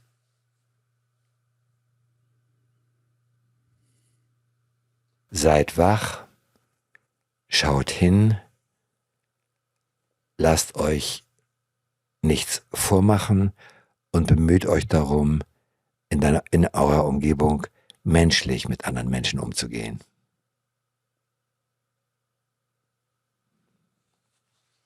Lasst uns gemeinsam für eine Gesellschaft kämpfen, uns einsetzen, ohne diese Unterdrückung, ohne diese Ausbeutung, ohne den Sexismus, für die Umwelt, für die Rechte und für den Frieden und für den engen Zusammenschluss unter den Völkern. Ulrike und Lutz, wo können die Menschen euch finden? Ladies first. Also es gibt den Frauenverband Courage, bei dem ich mitarbeite. Da bin ich in Tübingen. Wir haben eine Homepage. Da gibt es eine Ortsadresse von Tübingen und darüber bin ich zum Beispiel auch zu erreichen. Und ansonsten natürlich, indem man googelt über die Praxis, gibt es ein Praxistelefon, wo man mich auch erreichen kann. Aber ich empfehle auch so, sich im Netz umzugucken, dann gerade auf den Frauenverband Courage, weil wir uns einsetzen, auch nicht gegen Männer, sondern gemeinsam mit Männern zu kämpfen. Aber wir schon auch die Sichtweise der Frauen auch besonders mit hineinnehmen und sagen, das ist wichtig, die Befreiung der Frau zu erkämpfen. Du hast das schon mehrfach gefragt und ich habe ein bisschen die Schwierigkeit, dass tatsächlich Menschen sich angesprochen fühlen, gerade im Traumabereich und dann gerne unmittelbar Hilfe wollen. Wir kriegen viele Anfragen, ob ich nicht Therapeuten kenne, an die sich Betroffene wenden können, um angemessene therapeutische Begleitung und Unterstützung zu bekommen.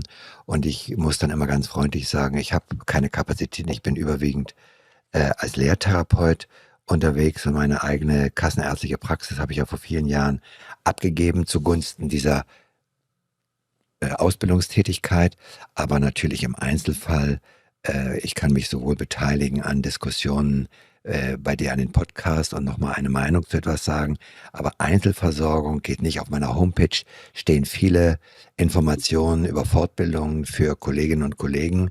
Das ist so meine Passion, möglichst viele Pädagogen, Erzieher, Lehrer, Therapeutinnen, Ärztinnen, Psychologen auszubilden, um diesen Blick für Traumata und ihre Auswirkungen zu schärfen.